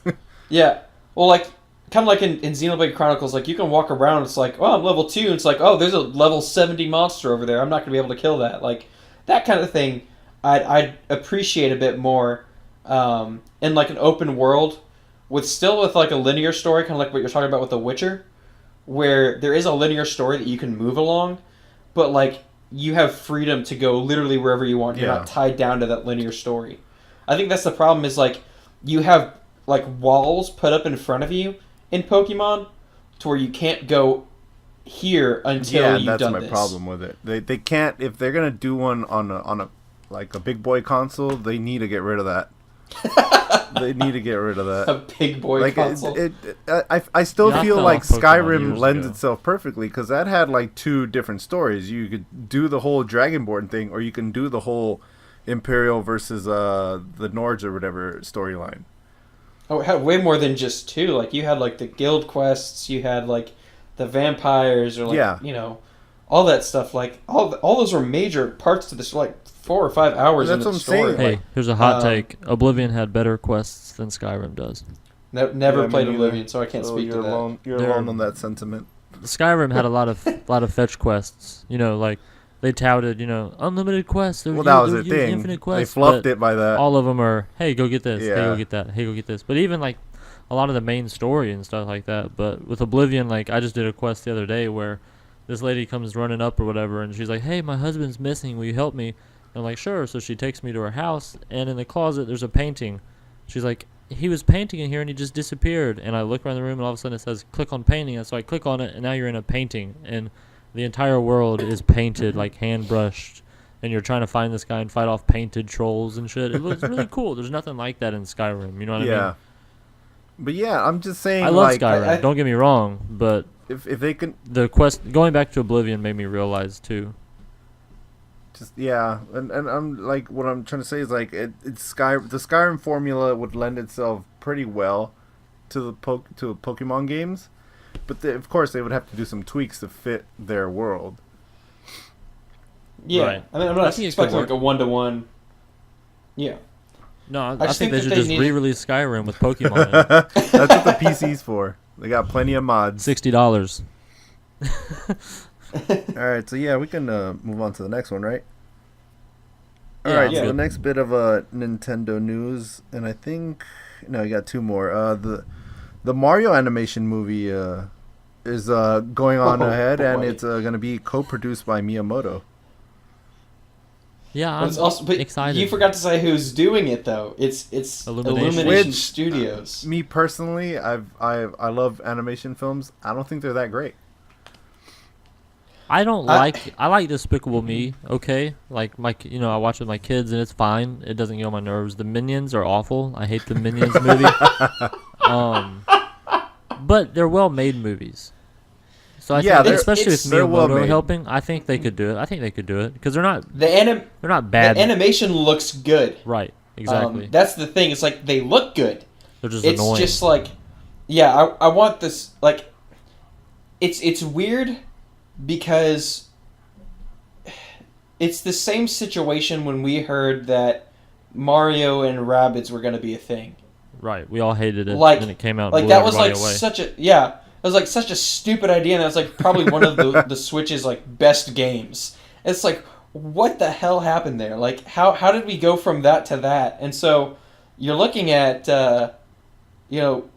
Mario. Hopefully it's not Mario meets the Minions. Like dear Lord, Oh, that'd be fucking awful. garbage. Oh my god. Just I I mean, Would it be better than the old Mario movie This- though?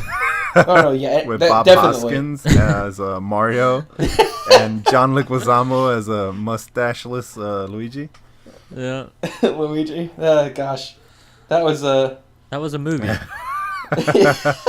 That was a And, movie. the story behind that movie is incredible, and like if you ever have the time, you need to check it out because they had like a solid Mario film, and then they were like, "No, let's change it." Oh really? And so they had like Mushroom Kingdom, like Toads, like everything, like solid Mario film, and then they canned all of that, hired some team, like a husband-wife team that hadn't done anything really like substantial, and they're like, let's turn it into a dystopian movie, and they're like, awesome. With a fucking I portal. feel like they knew nothing about Mario, and someone was like, "Hey, it's a plumber and a fucking dragon." And the mushrooms. There's a kingdom. Just make a make a movie. There's a Go. raptor in there that he rides, but he doesn't have to ride in the movie. He could just be chained to the middle of a It room. was just so weird. It was so 90s though, or like so Yeah. 80s 90s. Like you couldn't deny that. But I liked it it's as just- a kid, so I guess that's all Yeah, that no. matters. As a kid, it was just cool seeing Mario on the TV screen. Right, it was just But, like- dumb and fun. Yeah, as you get older, you're like, now I understand why Bob Hoskins hates it. Now I understand why everybody hates it.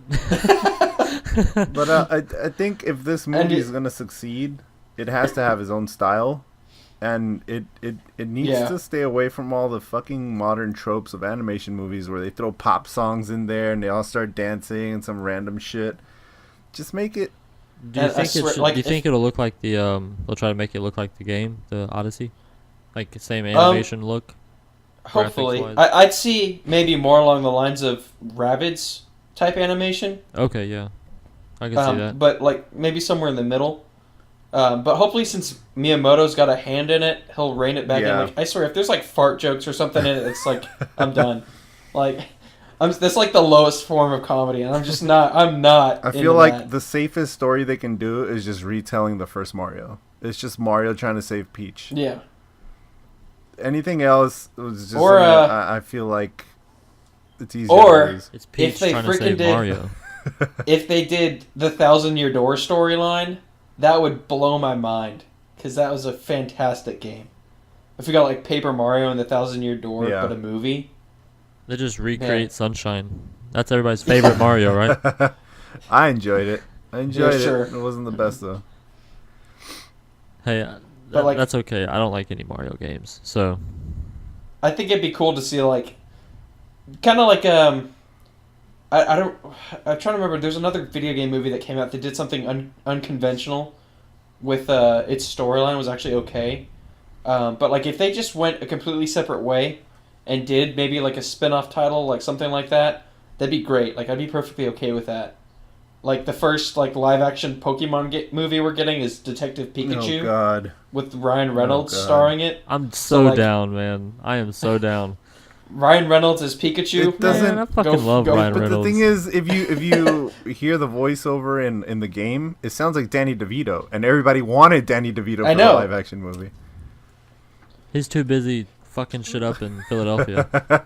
I mean, if they made a rated R Detective Pikachu movie, I'd be all in with Danny DeVito. And the I'm gang, just, the whole like- gang has to be in it. I hope that they keep Charles Martinet like as Mario, so like the voice of Mario Well, still that's voices the thing. Mario. Is he gonna speak in the movie? Yeah, that's the other thing. It's like that'd be the same thing with making a Legend of Zelda film. So like, how would you give a voice to a voiceless character? That's the problem. Mario's the only one that doesn't talk, though, right? Well, like, it depends on like they'll all talk sometimes, depending on the game, but like it's always just text. And Mario, And so, well, like, yeah, he yeah, speaks. but Mario never no, talks. he's said stuff, but it's only ever like 2-3 words. It's never a paragraph. Okay. Yeah. And so like you'll see, it's just like, it's difficult to envision him speaking. Yeah. Or any of the other Unless characters. you watch really. that old, what was Like- the 80s cartoon or the 90s one? Where they had the live action versions? Oh, God, that was a freaking trip. Maybe it'll just be text boxes in the movie. It's like the Passion of the Mario or something. And it's narrated by Morgan Freeman. That'd be perfect. It's just It's the just gonna- retelling that's of just gonna be Jesus, interesting except to he's see. Mario.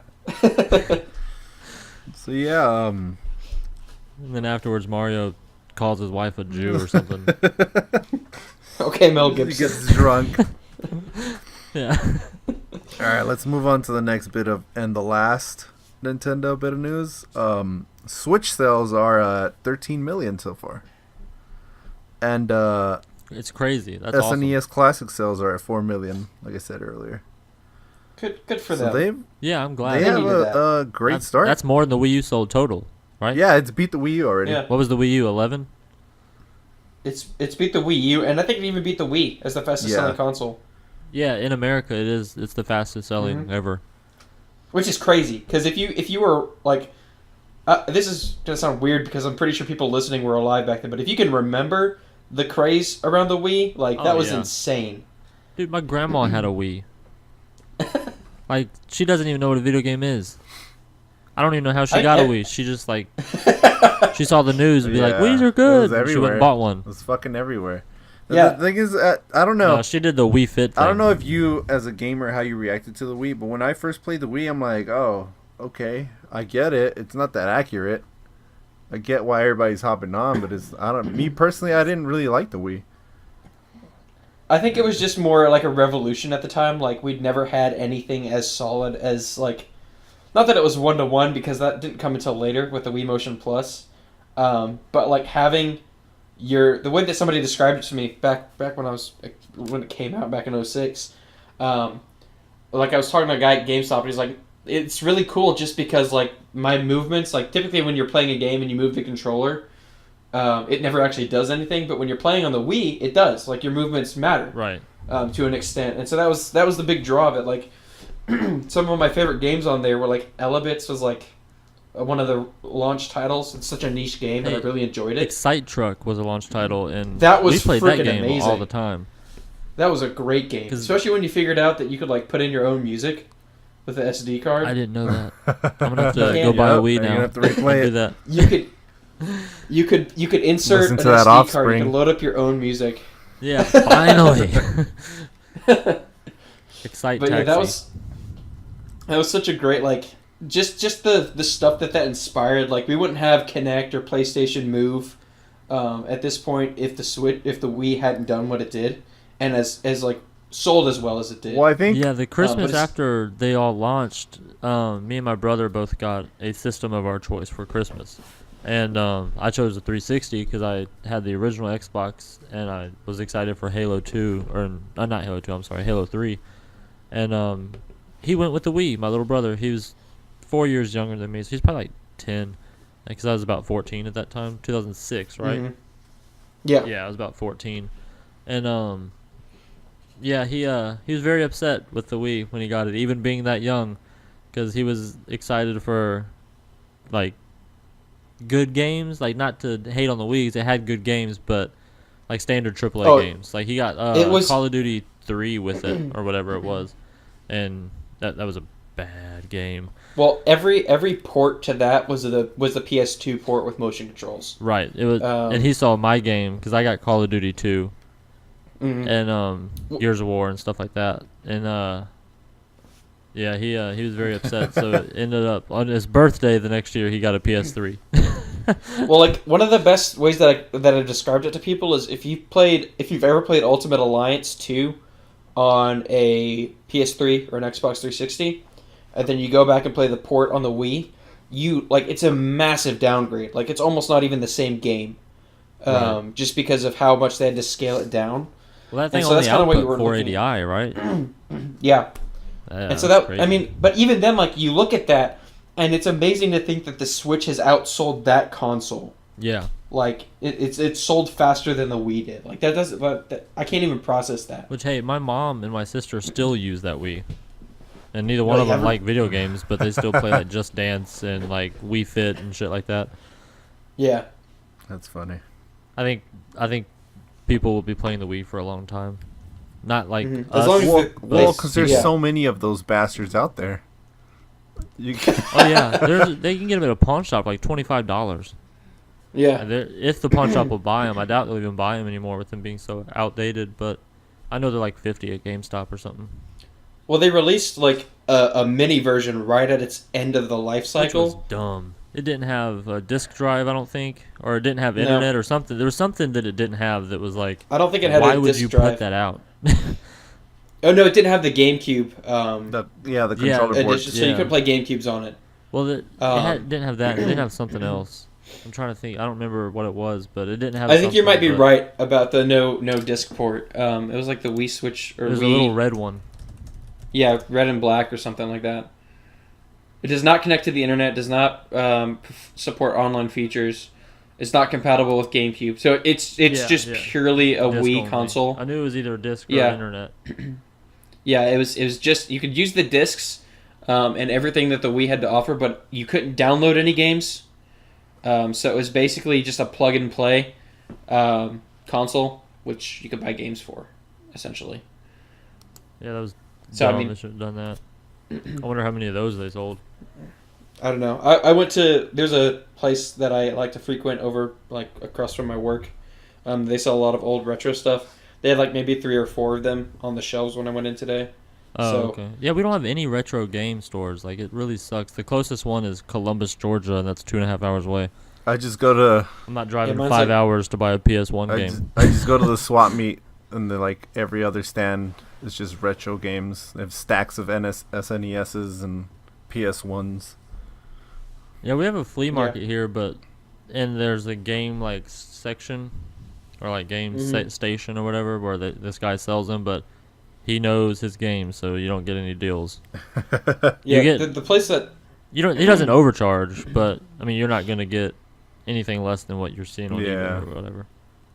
yeah, well, like you're looking at like the place that we have is Game Over Video Games, and they'll typically get in like used games and stuff. They it's pretty much most of what they sell, and like going in there, seeing a bunch of the retro games, like a lot of SNES games, NES games, PSP games, like all that stuff. Even new games, just all resold all the way from the even Atari. But like just seeing like so many Wii's in there now, it's just crazy to think of how popular those things were, and how kind of antiquated they are now. Yeah, Well, not kind of, they are very we talked antiquated. about getting one for our kids just because they can start playing games and because 3-4 years old. It's about that Mhm. time, but Just get a- the Xbox and PS4 controller so big. Just get a Raspberry Pi, dude, and add like SNES, NES, Sega Saturn. Just add everything to it, and then let them play those. Yeah, I could do that for sure. I think they like the motion stuff though. Just buy some of that shit shovelware. That's true. 3-year-old Yeah. will play anything. Yeah. I mean, just like the Vita's the JRPG machine, the Wii was basically the shovelware machine. Oh yeah, Like- for sure. So much shovelware came out on it. All right. But what's next on news? We're gonna move on to Microsoft, and we're starting off with that they were rumored. I don't know if they're still actively trying to do it, but they're rumored to try and buy either Valve, EA, or the PUBG company. I heard about that. Yeah. Yeah, I don't know how much truth there was to that. But that's interesting, to say the least. I don't. I think I the don't only know one I if see them EA buying is PUBG. Yeah, that's Yeah. the most realistic thing, I think. Well, I think Valve Well, is the 'cause- most unrealistic. I could see. Well, Go ahead. Sorry. I'd see more EA as being the most unrealistic, but I just don't think Valve would even operates on the same level as Microsoft. I mean, not Right. like they're much better, but like the way that they operate and the way that they do things, it just doesn't. I don't see how that would make sense for Microsoft to even want to acquire them right now. Oh, I could see why they'd Yeah, want to. I could they rake definitely in money. see it. After their announcement Well, with most- the Game Pass, I can see the direction they're trying to go into. Well, like most of their sales come from Steam. Like that's the biggest thing that Valve does, and that's how they make the most money. I think is that all Um, they do? That's all they have, right? Well, like they still release games like Dota and stuff like that, but Well, they sure, don't release a no. lot of games. But just the licensing and just selling games through Steam Oh yeah, they. brings them in so much money. Oh yeah, they get like 20% off every sale or something like that. Oh, Something it's outrageous. crazy. Like it's insane. That's more than we make at Best Buy for stuff we sell. Like they get a nice cut of the profits, and so that's how they rake in so much money. But like I don't know, I could see them acquiring the PUBG company just because that's a big thing right now, and it's more along the lines of just going with the trends and picking that up and saying, okay, well we're now officially like the owners of this game. Like it's never come into PlayStation. I don't think they would do that. I Um, think they would allow it Yeah, to go like on they did with PlayStation. Minecraft. I mean, look at Minecraft. Minecraft is on fucking everything. It has a screen. It's like the original Doom. And that would be the thing with PUBG. That's They would true. just monetize it and put it everywhere.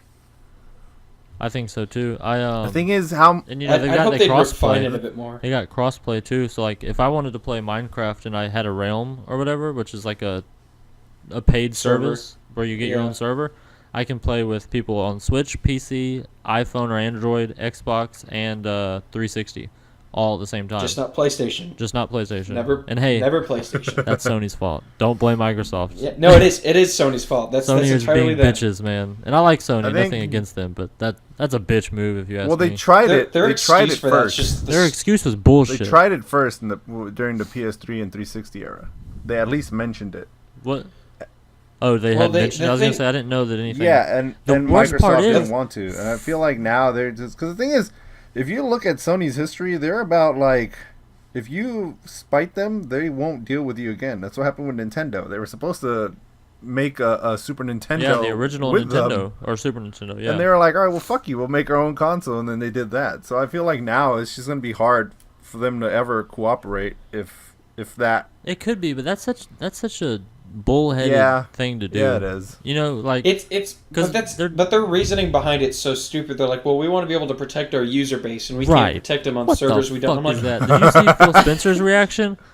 yeah, He was pissed, It was- man. He was. You could it's see like- it in his eyes in that interview. He was like, the fact that they think that we don't protect the children on Xbox is outrageous. He's like, he was getting into it. It's funny. It's just so. It was such a stupid thing. Like it's the same thing when like, there's a lot of antiquated stuff that Nintendo has, but there's a lot of stuff behind the scenes of Sony that just doesn't make sense. Like the fact that you still can't change Yeah. your name, your username, Right. because of the way that they can't figure out how to make it change because they tied everything in your account to that username. I'm like, why? What? Like, it's not that difficult of a thing. Like, I can change my name on Steam like every 10 seconds if I want to. So you can do it Like, on it's not- Xbox, but you have to pay fucking $10, and that's why you mine have is to- still related to marijuana, even though I haven't Well, smoked you- in 4 years. Well, the first Xbox, the first change you get's free. Yeah, on I've already Xbox. changed it once. Though is the problem. Yeah, So I've got and it- the first change on I need to change it now, Battle- but every time I have $10, I'm like, I don't really want to do that. I'll just leave it. yeah. Same thing with BattleNet. So like playing Overwatch on PC, like you first change on that is free. It's just like I don't understand. Like I can even change my name on Nintendo Yeah. if I It's want. just weird. Like on my online name on Nintendo can change every 10 seconds. Like I don't know why Sony does what they do. Yeah, I think they'll cave on the crossplay though. Have you heard about the Fortnite Battle Royale thing that's happened like I think 3 times now?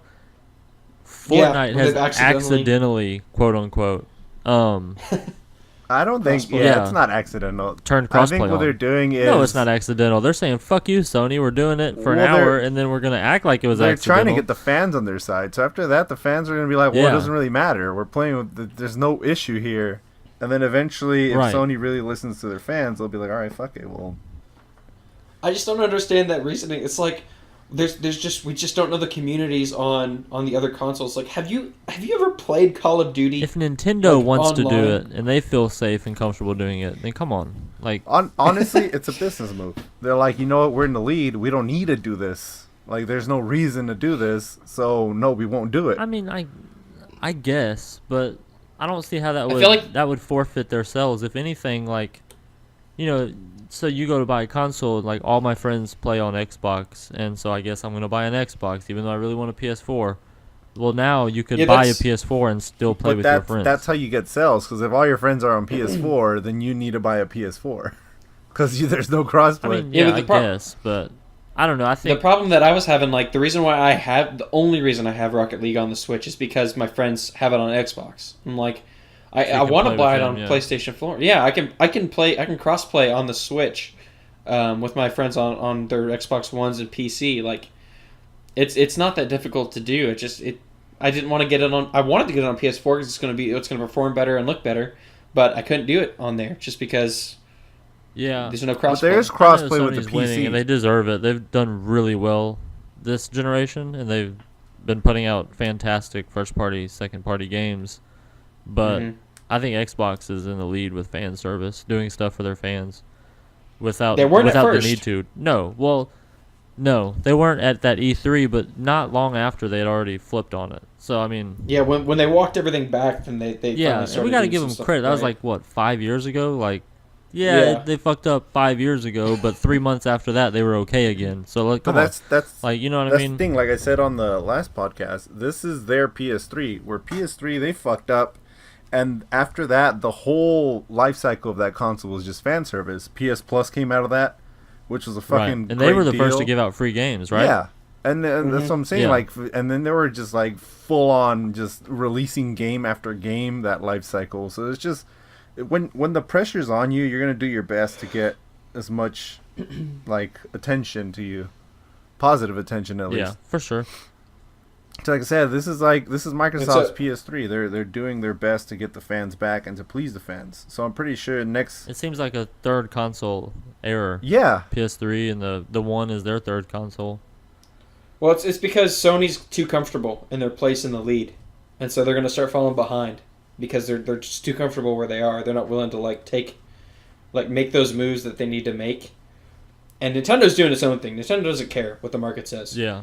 But I think that's one of the things. I think Colin might have talked about that a while back too. Like, if Sony's not careful, they're going to fall behind because they're just getting too comfortable where they are. well the thing is, they're focused on right now. Their focus is just games. I mean, they're Yeah. putting out what, at least 4 exclusives.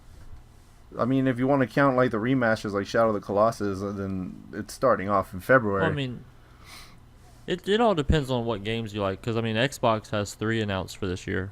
yeah, So I mean, it's not like they're not putting out exclusives. They're just not putting out the exclusives that Sony fanboys act like they want.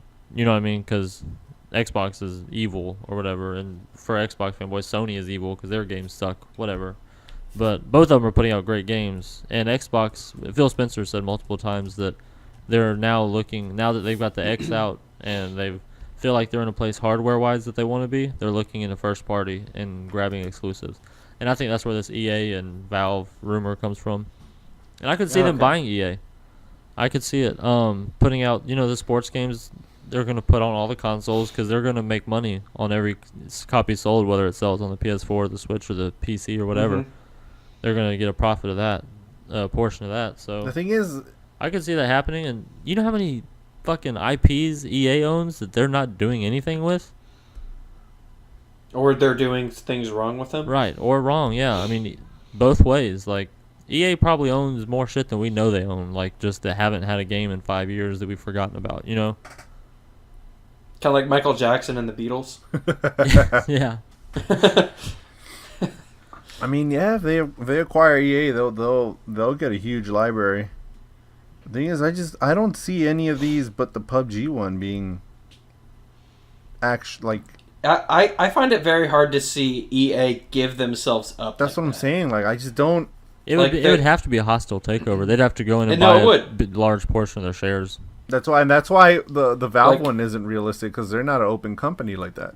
There's no shares to be bought. It's just Yeah. Gabe Newell and whoever else. Yeah.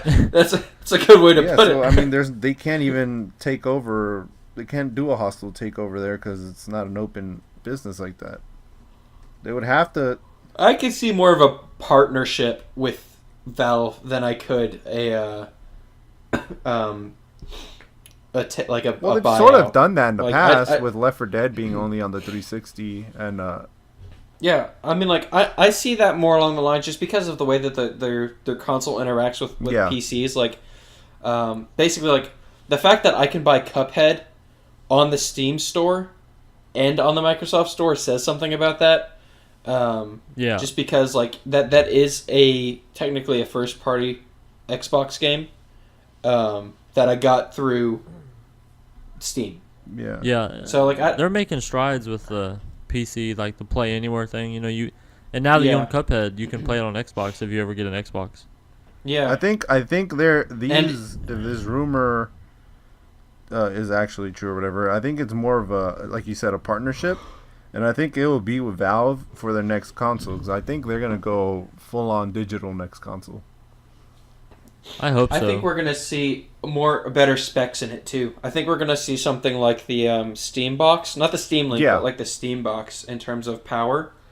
So like when you were looking at the Alienware stuff, so like I could see more along the lines of kind of like how Nintendo teamed up with Nvidia for the Switch. I mean, they're I gonna could have to probably keep see- it at console price though. If Xbox's That- next that's the console comes important out thing. at $800 or $900, they're gonna get shit on. I wouldn't be surprised if they released something along the lines of like a premium type console. Sure, like the X, because the Yeah, S right now is like $200, but the X is $500. Yeah, That's fine. Yeah, you well, buy like, which one you want. kinda Same like- with the Pro and the Slim. Yeah, kind of like looking at even like, you know, the way that you go for different Oculus packages or something like that. Like, there are cheaper options for you to explore, but it's all within the same realm. Kind of like even with TVs. Like, there you can get the same brand of a TV in like maybe 10 different models, varying from like $600 to like $3,500. So like I could see maybe Microsoft doing something like that where they're pushing out like literal PC quality consoles I think they'll piss for like off a lot of really developers hardcore though, gamers. because now developers are gonna have to make sure it's optimized for 10 Xboxes, Yeah.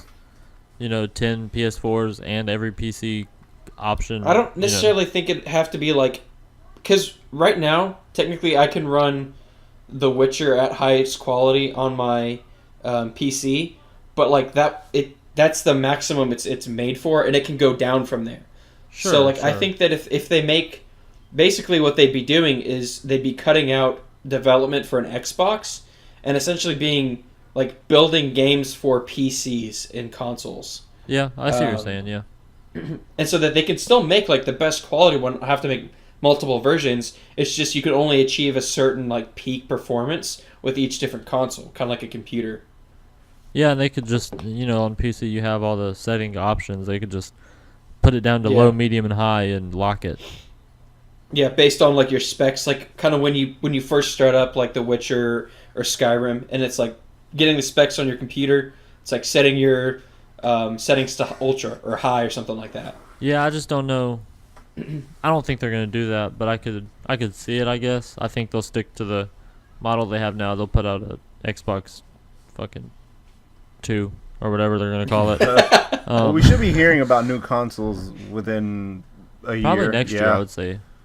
So we'll see. I mean, I think we'll either hear about them in 19 or 20. yeah. I would say 19, but I'd I say think we'll hear about the development in 19. I don't know if we'll see anything until 20. we'll hear about a PS4 before we hear about an Xbox, though. I think they'll be a year separated because the Xbox Yeah. just put out the X 3 months ago. They're not going to announce shit at E3 No. console-wise. You know what I No. mean? Yeah. They'd be fucking Well, they've been stupid working on to do Scorpio that. for two years now, 3 years. They've been teasing Project Scorpio for a while. Imagine all the outrage if Xbox already announced a new system. We know you just spent $400 or $500 on the X, but get ready for the Y. Yeah, oh man. All right, and the last bit of Microsoft news is that they acquired PlayFab, which is a background cloud-based company. So they'll lend themselves out to any indie devs or like third party um, publishers or stuff like that to help them kind of speed up the process of making a game or just alleviating some of the load on the game by using cloud-based tech to process shit. That'll make them always online though. Yeah, yeah, definitely. So whatever they use out of that cloud to make their game run, that means their game will be forced online. Yeah, Which I'm fine with, because I don't even know the last time my internet went out, but I know that'll outrage a lot of people who internet never goes out. So It depends on the game too. Like if we started seeing like Halo 6, 7, 8 stuff like that be DRM, like they always had to be online. well, I wouldn't Then I'd say see- that's DRM per se. That's just I mean- to make the game run, to do whatever they're doing. They need that cloud. Yeah, it has to so be cloud based. But I mean, like if it always has to be online, like I could see a lot of people getting upset if it's a major console game like that. At least for a while, until we can see like more stable connections. I Um, don't ever like. Our internet went out when our power went out, but I ain't playing Xbox when the power's out anyways. You know, I'd be Well- upset if my Xbox had to be always online. You know what I mean? So if I couldn't play Yeah. a game if the internet was off at all. But I mean, I don't mean, know. the problem like, that it I'm doesn't- facing with the that is, internet like- only always doesn't really bother me like it seems to bother other people. Well, the problem is that like for me, so where I am right now, the apartment my wife and I are at, we're locked into AT&T, and we're locked into yeah, certain that's rates. bullshit. Um, Yeah, we've only So, got like- one option as well. and so that's the problem, and like that's the, a completely different talk for a completely different podcast with net neutrality. But like we're locked, we cannot branch out from AT&T, Right. and so if we want like basically like right now we can stream 4K, we're getting like 50 megabytes a second, and so that's And that's your good for optimal streaming is- 4K? Yeah, your optimal is 25. Oh, okay. That's what you need at least to stream a 4K movie, like from Netflix or something. Okay, because we were looking into so- 4K, and I was kind of worried about that. We have Yeah. really good internet, but I was still worried about. You have, yeah, your minimum has to be at 25 megabytes a second. That's what you're Okay. looking at for streaming 4K. Yeah, I'm Um, sorry you're stuck with AT&T. I actually, I mean, like- before we picked our apartment, I contacted the apartments and asked what internet provider they allow, and it wasn't Yeah, AT&T, so we moved. It was more along the lines of like kind of weighing the area compared to like and pricing compared to like what services were available, and like basically we got locked in with like an okay rate, but I know that the minute my contract goes up, the Yeah. price is going to go up. How much do you s- pay for 50, if you don't mind me asking? I think because we bundled it with TV that we really don't use. Okay, yeah. At about 30, but that 30 is locked into a 2-year rate. So if we decided we wanted $30 to for drop cable TV, and internet? no, just for internet. Oh, okay. Phew. Um, I paid 95 yeah. for just Oh, internet. shit. I was paying But 40. I have that's why- I have 300 down though. No, I know we have 50 Yeah. for 30. That's why I want to switch to someone like Spectrum or something that puts out. You pay $30, you Yeah, get that's 100. I got So I got that's Spectrum. kind of, I have 40 and 100 down, but the thing is now it's going up. It's up to 60. So the rate only lasts for a year. but that's still better than like paying basically 60 for like 75, which is what AT&T's kind of going rate is. Okay. So like that's the only downside that I'm kind of looking at with like anything that I have to play, like even with Monster Hunter, at least it lets you play it online, like or offline. Like there's an offline mode if you can't connect to the internet. Oh, really? See, I haven't even Um, seen an offline mode. Yeah, Because it There- always there's an asks whether offline you mode. want to create or connect to a server. So I thought it I was mean, online only. You have to do that, but if it can't find one or if you're inactive for too long, it takes you offline. Oh, okay. That's cool. And so like you have the option to basically play offline with that. But if a game that I had to be played online, like I have okay internet, but every now and then it does kind of suffer. Like I had to get a new router because AT&T gives you crap. But that's kind of the problem a lot of people are in, is they're stuck in like really crappy situations with their internet. And so like I don't know how happy all of them are going to be if the games that they have to play are going to like be forced to be online in order to be optimal. Yeah, those are fair um, points. You've changed my mind. Yeah, Yeah, it's like- the problem. It's just it's not the same story for everybody. Some people still have like fucking 6 MB of download, and Yeah, and, that- man. and like my router Yeah. like fucking trips out every now and then, just disconnects me. So like if you're in the middle of like the story and it has to be connected online and your router disconnects and now you're booted out of the game because you're not connected online anymore. That would kind of suck.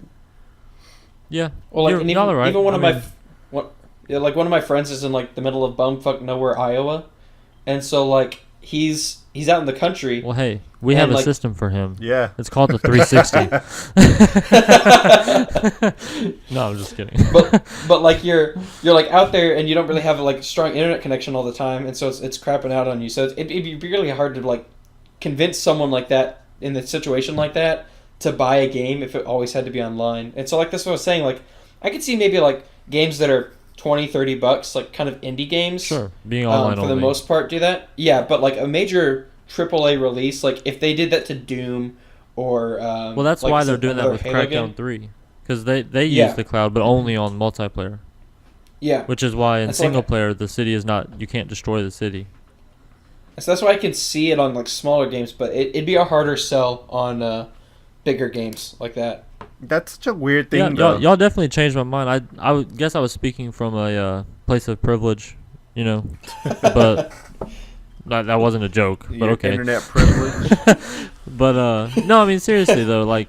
No, I know. Because my internet Yeah, never like- goes out, and like I'm fortunate enough to have the money to pay for really good internet Yeah. for my area. I Yeah, pay and- it's the best and I you're- could get in my like Cox is the best in this city, and I pay for the best.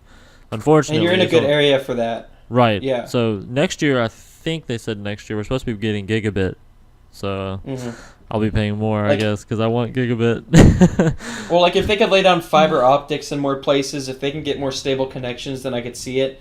But just right now, the way that ISPs have like a monopoly on certain areas, Right. it's just not necessarily like the best way to go. Sure. It's so Um, shitty.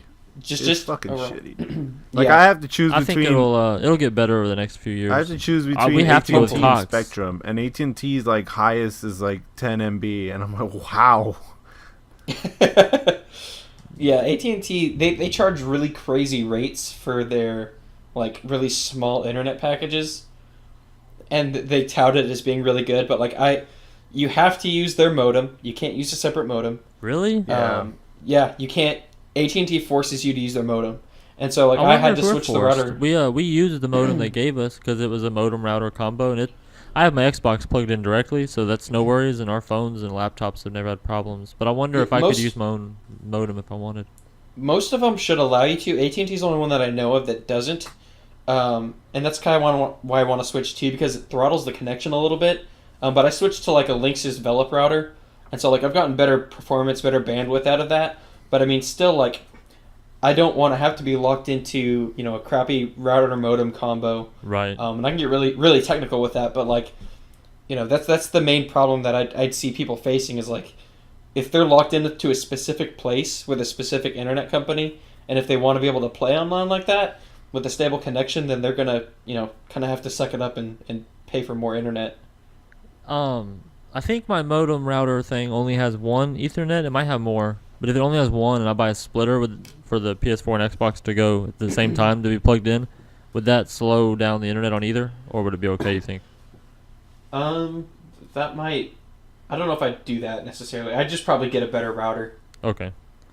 All right. I mean, like overall, you'll get better bandwidth and stuff out of that. Yeah, sure. Because it's like I said, it's the base one they said it's Yeah. the best one that they offer. So they said I when mean, you you get could the probably best just internet, honestly you get the switch best it- router. I was like, sure, okay. You can just switch it to modem mode and probably be fine, and then just get a separate router. But I mean, like I don't think you'd necessarily have any problem with anything like that. Okay, cool. All right. All right, Yeah. next thing. Let's jump on to that was it for Microsoft. Let's do a bit of PlayStation news. I guess we could just gloss over this a little bit, but Kaz Hirai steps down from the CEO position or whatever from Sony. Mm-hmm. Yeah, was he the CEO of Sony or like PlayStation? No, So- Sony. He started Sony. with PlayStation. Okay. And they promoted him. Shuhei's the president of Sony. Well, he's going up to his Yeah. position now, PlayStation. Yeah. right? No. I don't He's know. staying there. It's Shu- a whole different person that's going to be Yeah. CEO. Okay. Yeah. So, yeah, I mean, So he brought the company up back. He's done so good. I wonder why he's leaving kind of at the prime of PS4. I mean, probably just like it's time you- for him. You're Like, he's managing just- a big ass corporation. You would think there's a lot of stress involved with it. he probably Yeah, feels that's like, you fair. know what, I brought the company back to where it needs to be. I don't need to stress out anymore. Let me step down. Maybe he knows the future. He doesn't want to be there when it goes Yup, down. he knows what's coming. His, He's like, this captain Yeah. ain't sinking. he's like, you're not gonna blame me for this shit coming. So yeah, just a quick gloss on that. Like, you know, he And he is staying with them, though, Yeah. right? He's just demoting yeah, himself. pretty much. I think it's I wonder more if there's kind more of to that. kind of what you're looking at probably with Nintendo, where a lot of the older members are kind of stepping into more like mentorship roles. I wonder if it's kind of like that, Yeah, Yeah, might it could like be. that, yeah. And, because I know like he's apparently they're trying to push out more new talent at Nintendo. So like Miyamoto, Iwata have all kind of moved into like, I think they're calling them like it's not elders, but it's something similar to that name,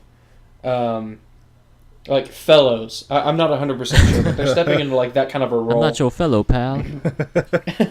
But yeah, I think he said he's still gonna be consulting with PlayStation side of Sony. So I mean that's where he started, right? So hopefully he still has a say in what goes on in that branch.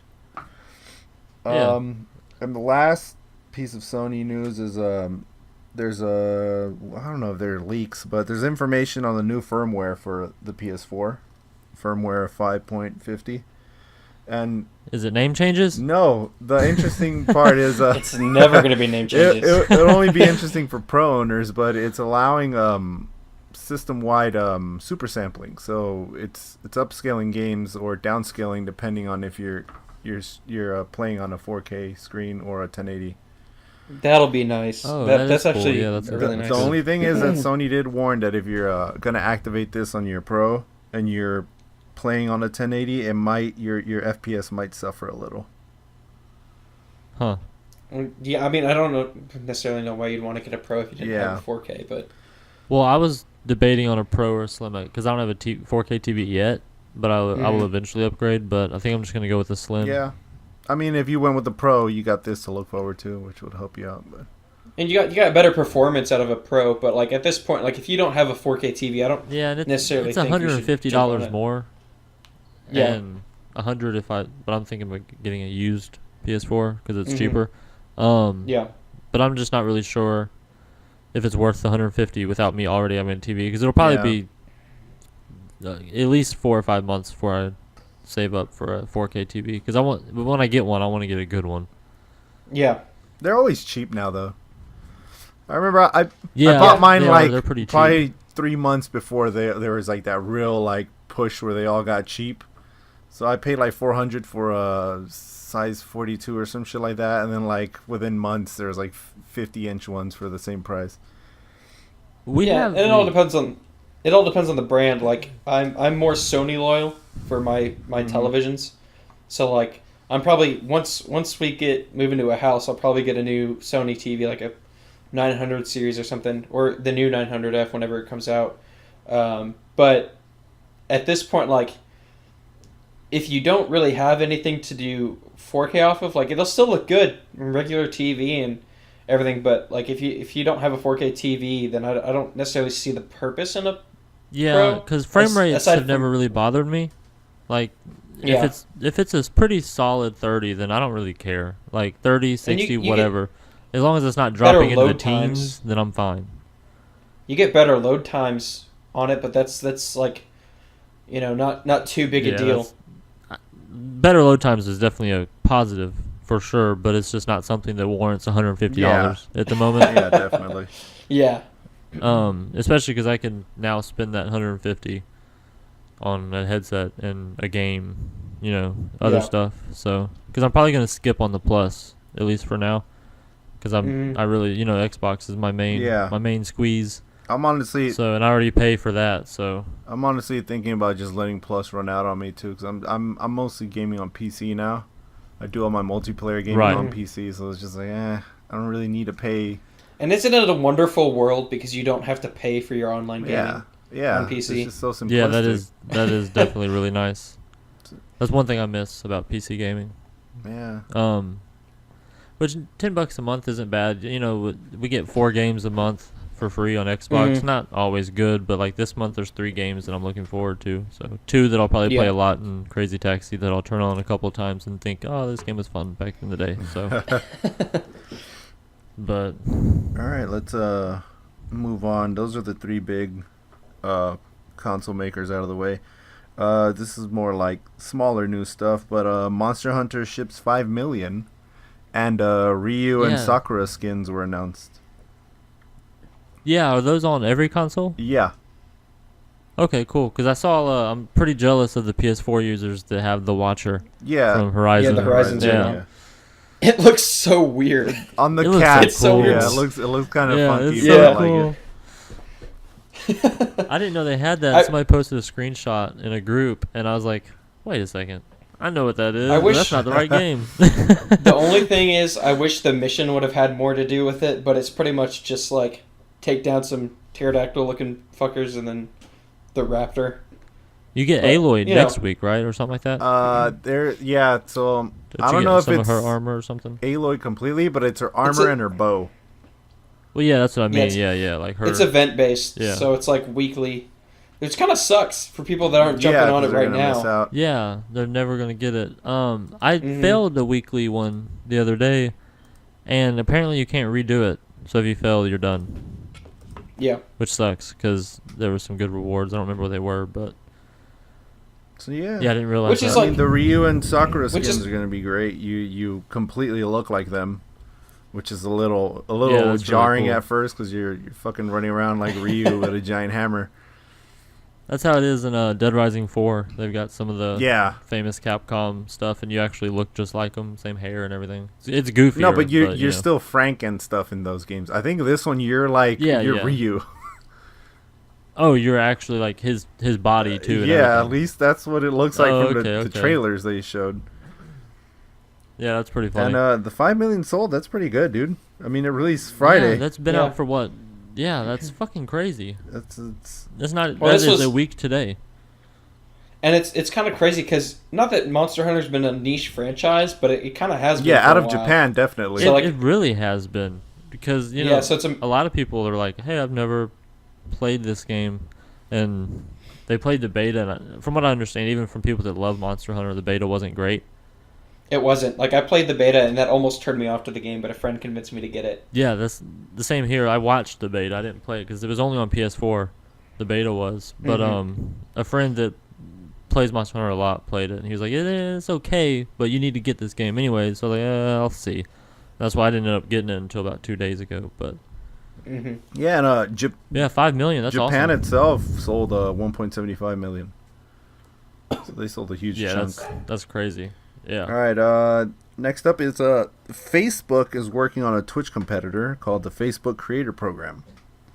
They're gonna jump into the game streaming service. I don't know how well that's I going to don't work. know why you would want to do that, Facebook, but you know, if it's more competition, I mean, it's better, right? Well, I mean, like, I don't know. Facebook already has, like, as we know, has a very, like, hazy policy, especially when it comes to, like, censoring things. Yeah. Whereas Twitch gets kind of, like, for better or worse, for the most part, it's pretty open. I mean, it censored Um, some stuff that is out there. Like you can't stream certain games that are really fucking crazy. But I Yeah. mean, that's as far as it'll go. Although there has been some crazy stories, like some girl ate on stream and she got banned for it and some shit like that. Really? Yeah, There's there's one girl that Yeah. they donated to her and said they would donate more if she slapped herself and then snapped her fingers. She slapped herself and they banned her because she was injuring herself on stream. Oh my god. Which wasn't even a slap; it was a tap on the cheek. You could. This is all like on YouTube. You can search it. it's just weird. But like I don't know how that's gonna work because I feel like YouTube tried to do that too, and that just kind of fizzled Well, no, out. Hey, they and still live with stream every Twitch now getting and then. in. Sorry, go ahead. Yeah, but like the YouTube's live stream isn't as not as active, but it doesn't have the same, I guess, recognition or I guess idea Yeah. behind it It's as just not Twitch as does. easy to access. That's the whole problem with it. Yeah. And Twitch announced that they're allowing uploading of pre-recorded videos now too, right? Yeah, they've been doing that for a while, video on demand or whatever. Okay, so they're kind of getting into the YouTube game, and Facebook's Which now is- getting into the Twitch which game. is fucking perfect because YouTube is a shitty place now. It needs Yeah. it needs a monopoly. It needs to not have a Yeah, monopoly. it needs competition. I don't understand why it's taking. What so happened to long. Break.com? What happened to what? Break.com. Oh, I don't know. What happened to Vimeo? I think the only things you can. Well, no, the streaming options on the PS4 at least, that's what I'm going by, is Twitch, YouTube, and Daily Motion. But I've never been to Daily Motion. Daily Motion. That's what it was. I was trying to remember the other one because I was like, there was one a long time ago. Yeah, It there's was Daily Motion. The fact that you can stream to YouTube from PS4 is awesome because It is. Xbox only has Mixer since they bought Mixer. Yeah. Mhm. Which I like Mixer. It runs really well and the app is good on my phone. But I like to, because I like on the PS4 you can stream to YouTube and then save it to your channel. Yeah, and it's easier Yeah. that way. If you have a YouTube Right, channel, right. yeah. Because I'd like to, for us to, do some stuff with our YouTube. So once I get a PS4, we can all do some stuff and stream it and save it to YouTube and stuff on our channel. And I think to an extent you can even do something like that with the Switch because they added video upload and capture on there. Oh, okay. So I think you can do that on the Switch, at least to So Facebook. you could do- So you on used to be Twitter. able to do it to Twitch from the Xbox to stream to Twitch, but when they bought Mixer, they got rid of that feature. Now it's only Mixer, I think. Which is stupid. You Mhm. should have options to do. I 100% agree. I do like how Mixer's built into Xbox though. It's just on the home screen. Yeah. So like Yeah. the home screen, like the main home screen is like the games you played recently and your pins and stuff like that. And if you hit RB, it goes to Mixer and you can see everybody who's streaming and what games and all that stuff. So that's really cool. All right.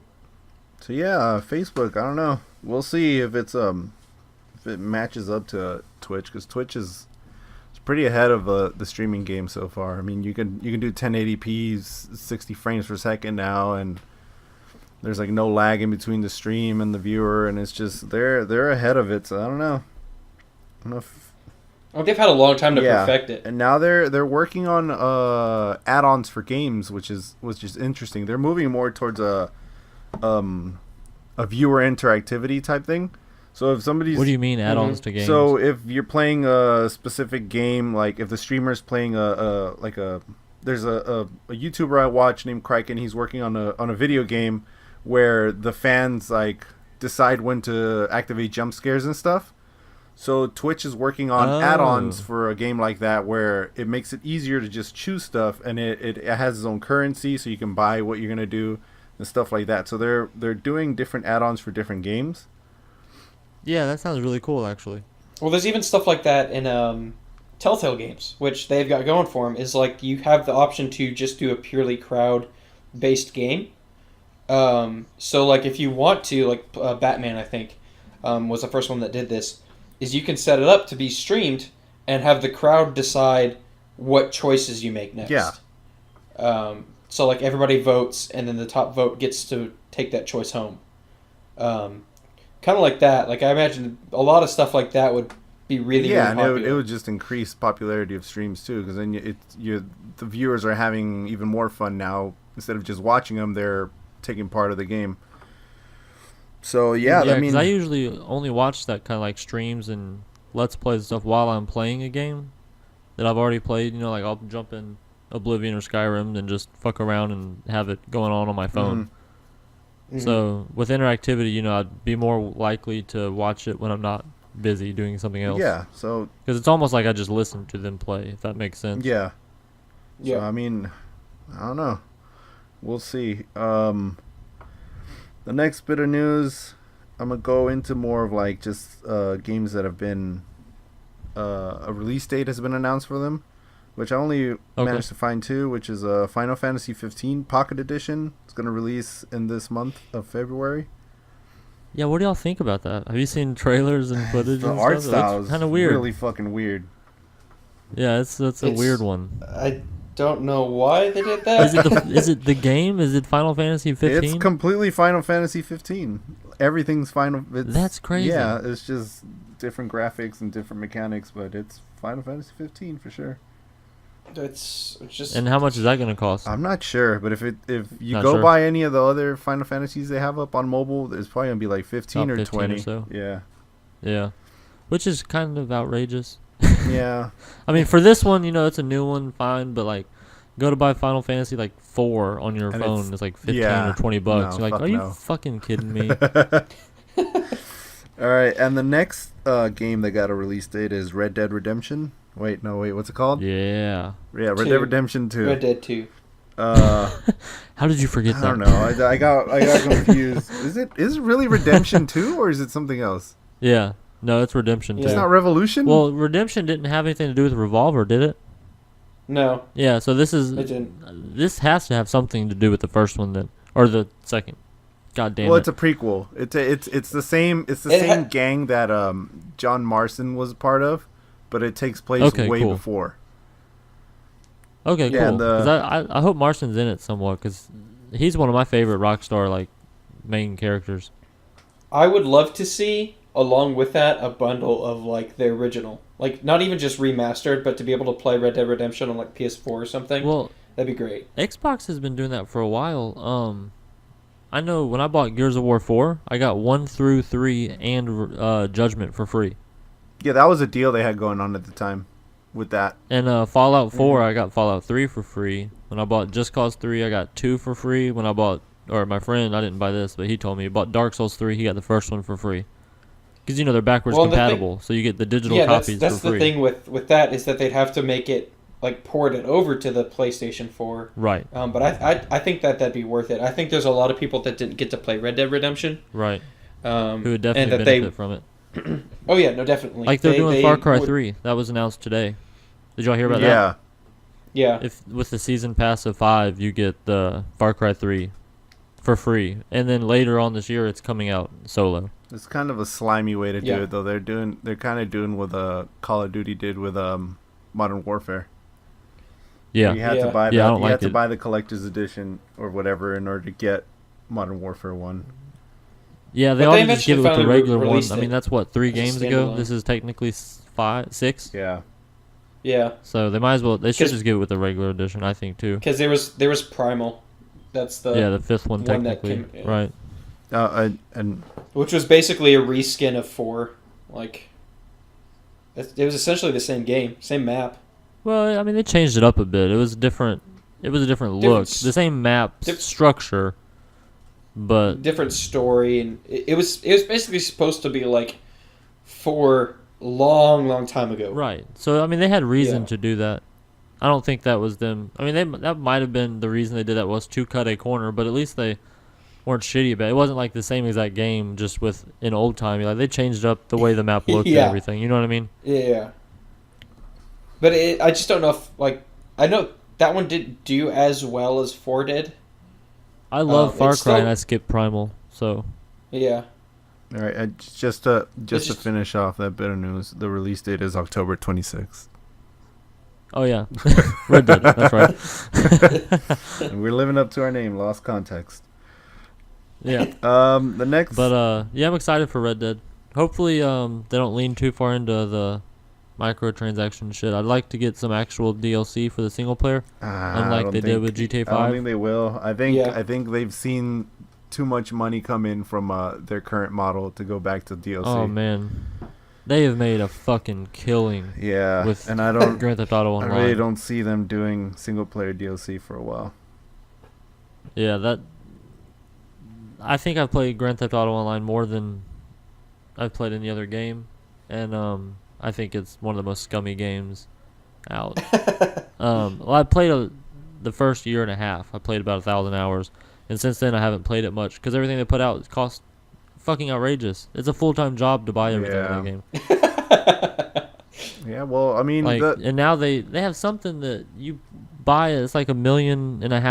It's a gun, except it's a satellite. So you like go to your base and shoot it, and it targets an enemy or another player. Like, so real people, it targets them and kills them instantly. I'm just Like, surprised that's griefing. You're paying to grief people.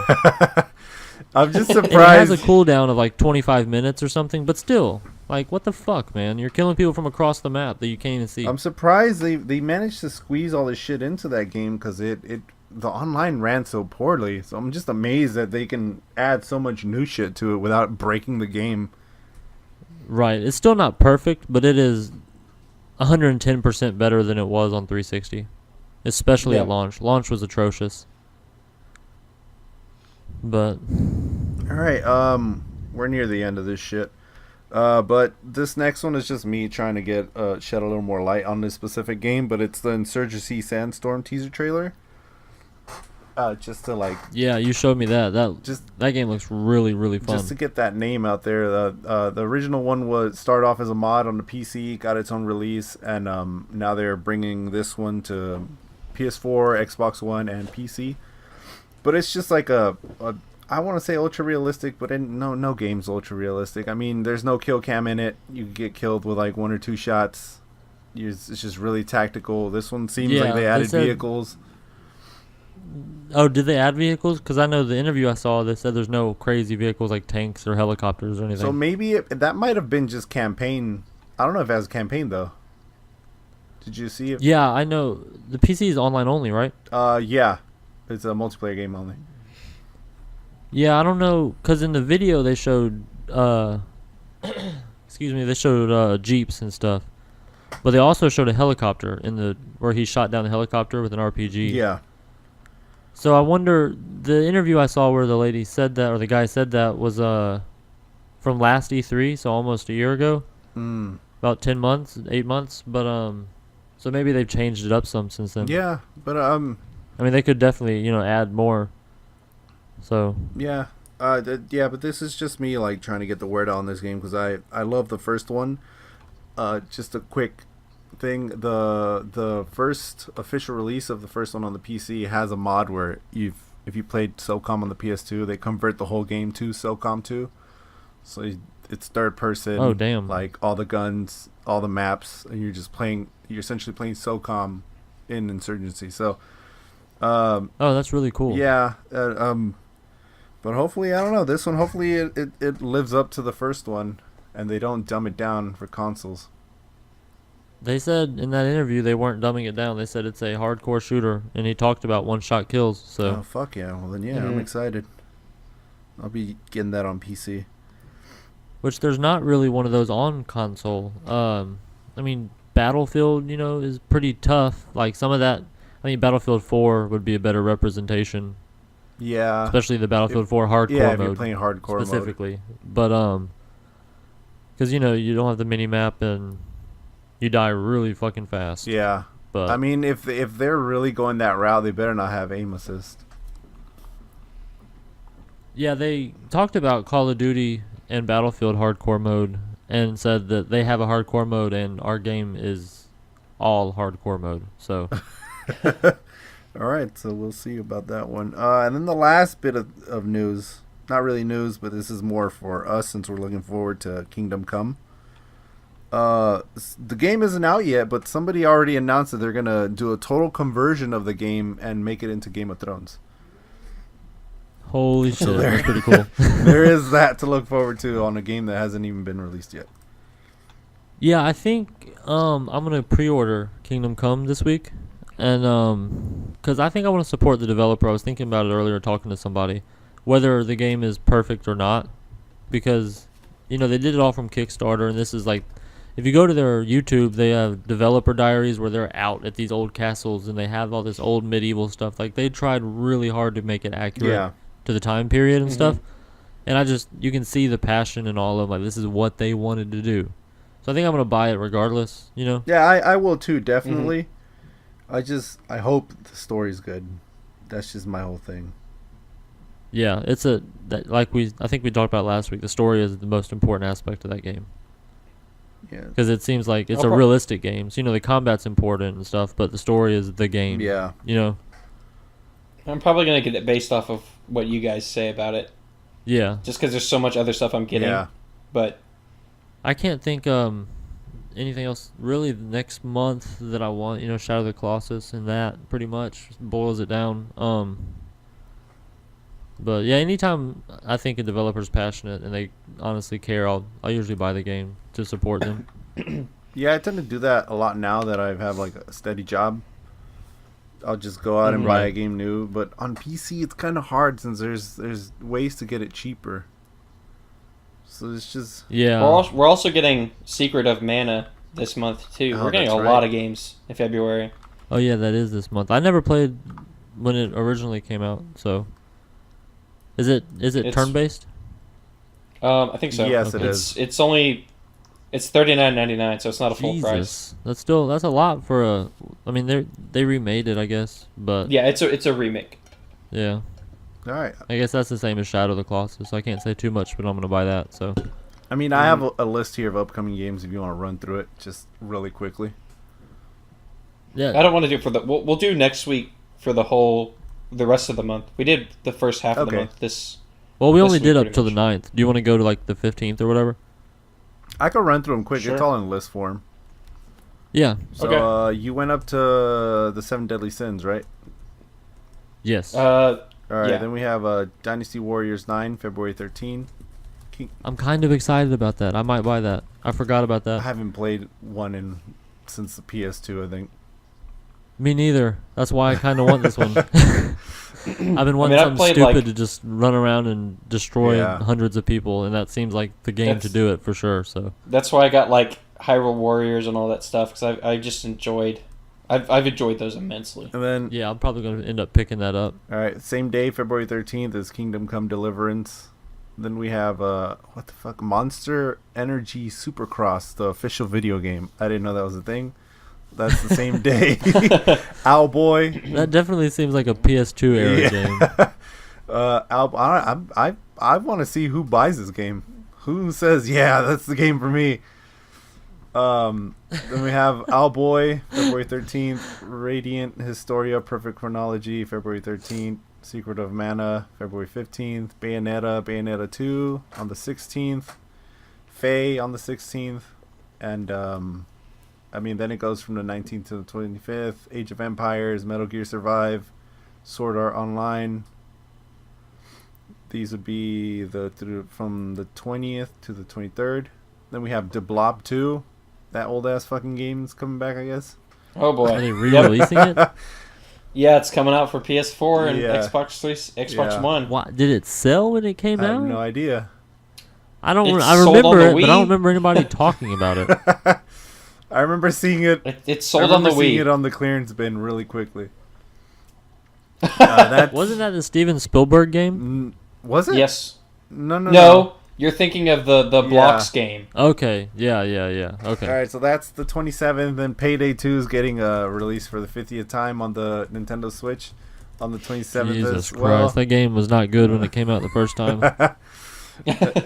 You were thinking of Boom Blocks. That's what it was. Yeah. Of all the things that Steven Spielberg could have done, he made like a Jenga Wii game. He should have made an Okay. ET Weird game. shit, yeah. Gosh.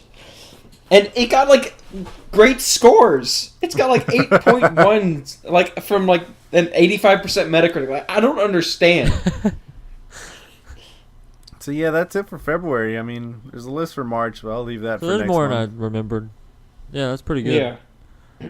All right, so that's it. No, you made me remember Boom Blocks. It's a stupid game. I don't think I ever played it, or I don't even think I knew what it was. I just remember he had some weird game that he executive produced or whatever, and for some reason when he said The Blob, the first thing I thought of was like, oh, that must be Steven Spielberg's game. You know, like you like can stack things on like you throw like things and blow things up. It's just a weird like. There's no story. Like there's it's How much just weird. input do you think he actually had in that game? Or were they I just don't using know. his ass to sell it? Well, I said it developed in collaboration between EA and Steven Yeah, but Spielberg. he was like, "Hey, So, I have an like- idea for Jenga, but it's weirder." And EA was like, "Yes, But, because you're like- Steven Spielberg." I want to know need if he went look to EA and was like, hey, I have an idea for a game, and they immediately signed him a contract, and he said it's Jenga. They're like, oh, fuck. They're like, "Oh shit, What did we do?" We're gonna get a narrative-based game here. We're gonna sell millions." It's like it's Jenga. if you look at the reviews for this game, it just doesn't make sense. Like, they're so good. It was probably Like, fun. I don't. I mean, I doubt it was like. It was- this game's amazing, but it was probably a well-made game. I assume. Yeah. No, it was, but I want you to put this into perspective, okay? So a game about like blowing blocks up has a higher score, like just from an aggregate standpoint, than the Justice League film. Okay, like just think about that for a second. Like I haven't for seen a Wii Justice game. League. I'm just saying, like Justice League's got like what is sitting at a 68. Boom Blocks has an 85% approval rate.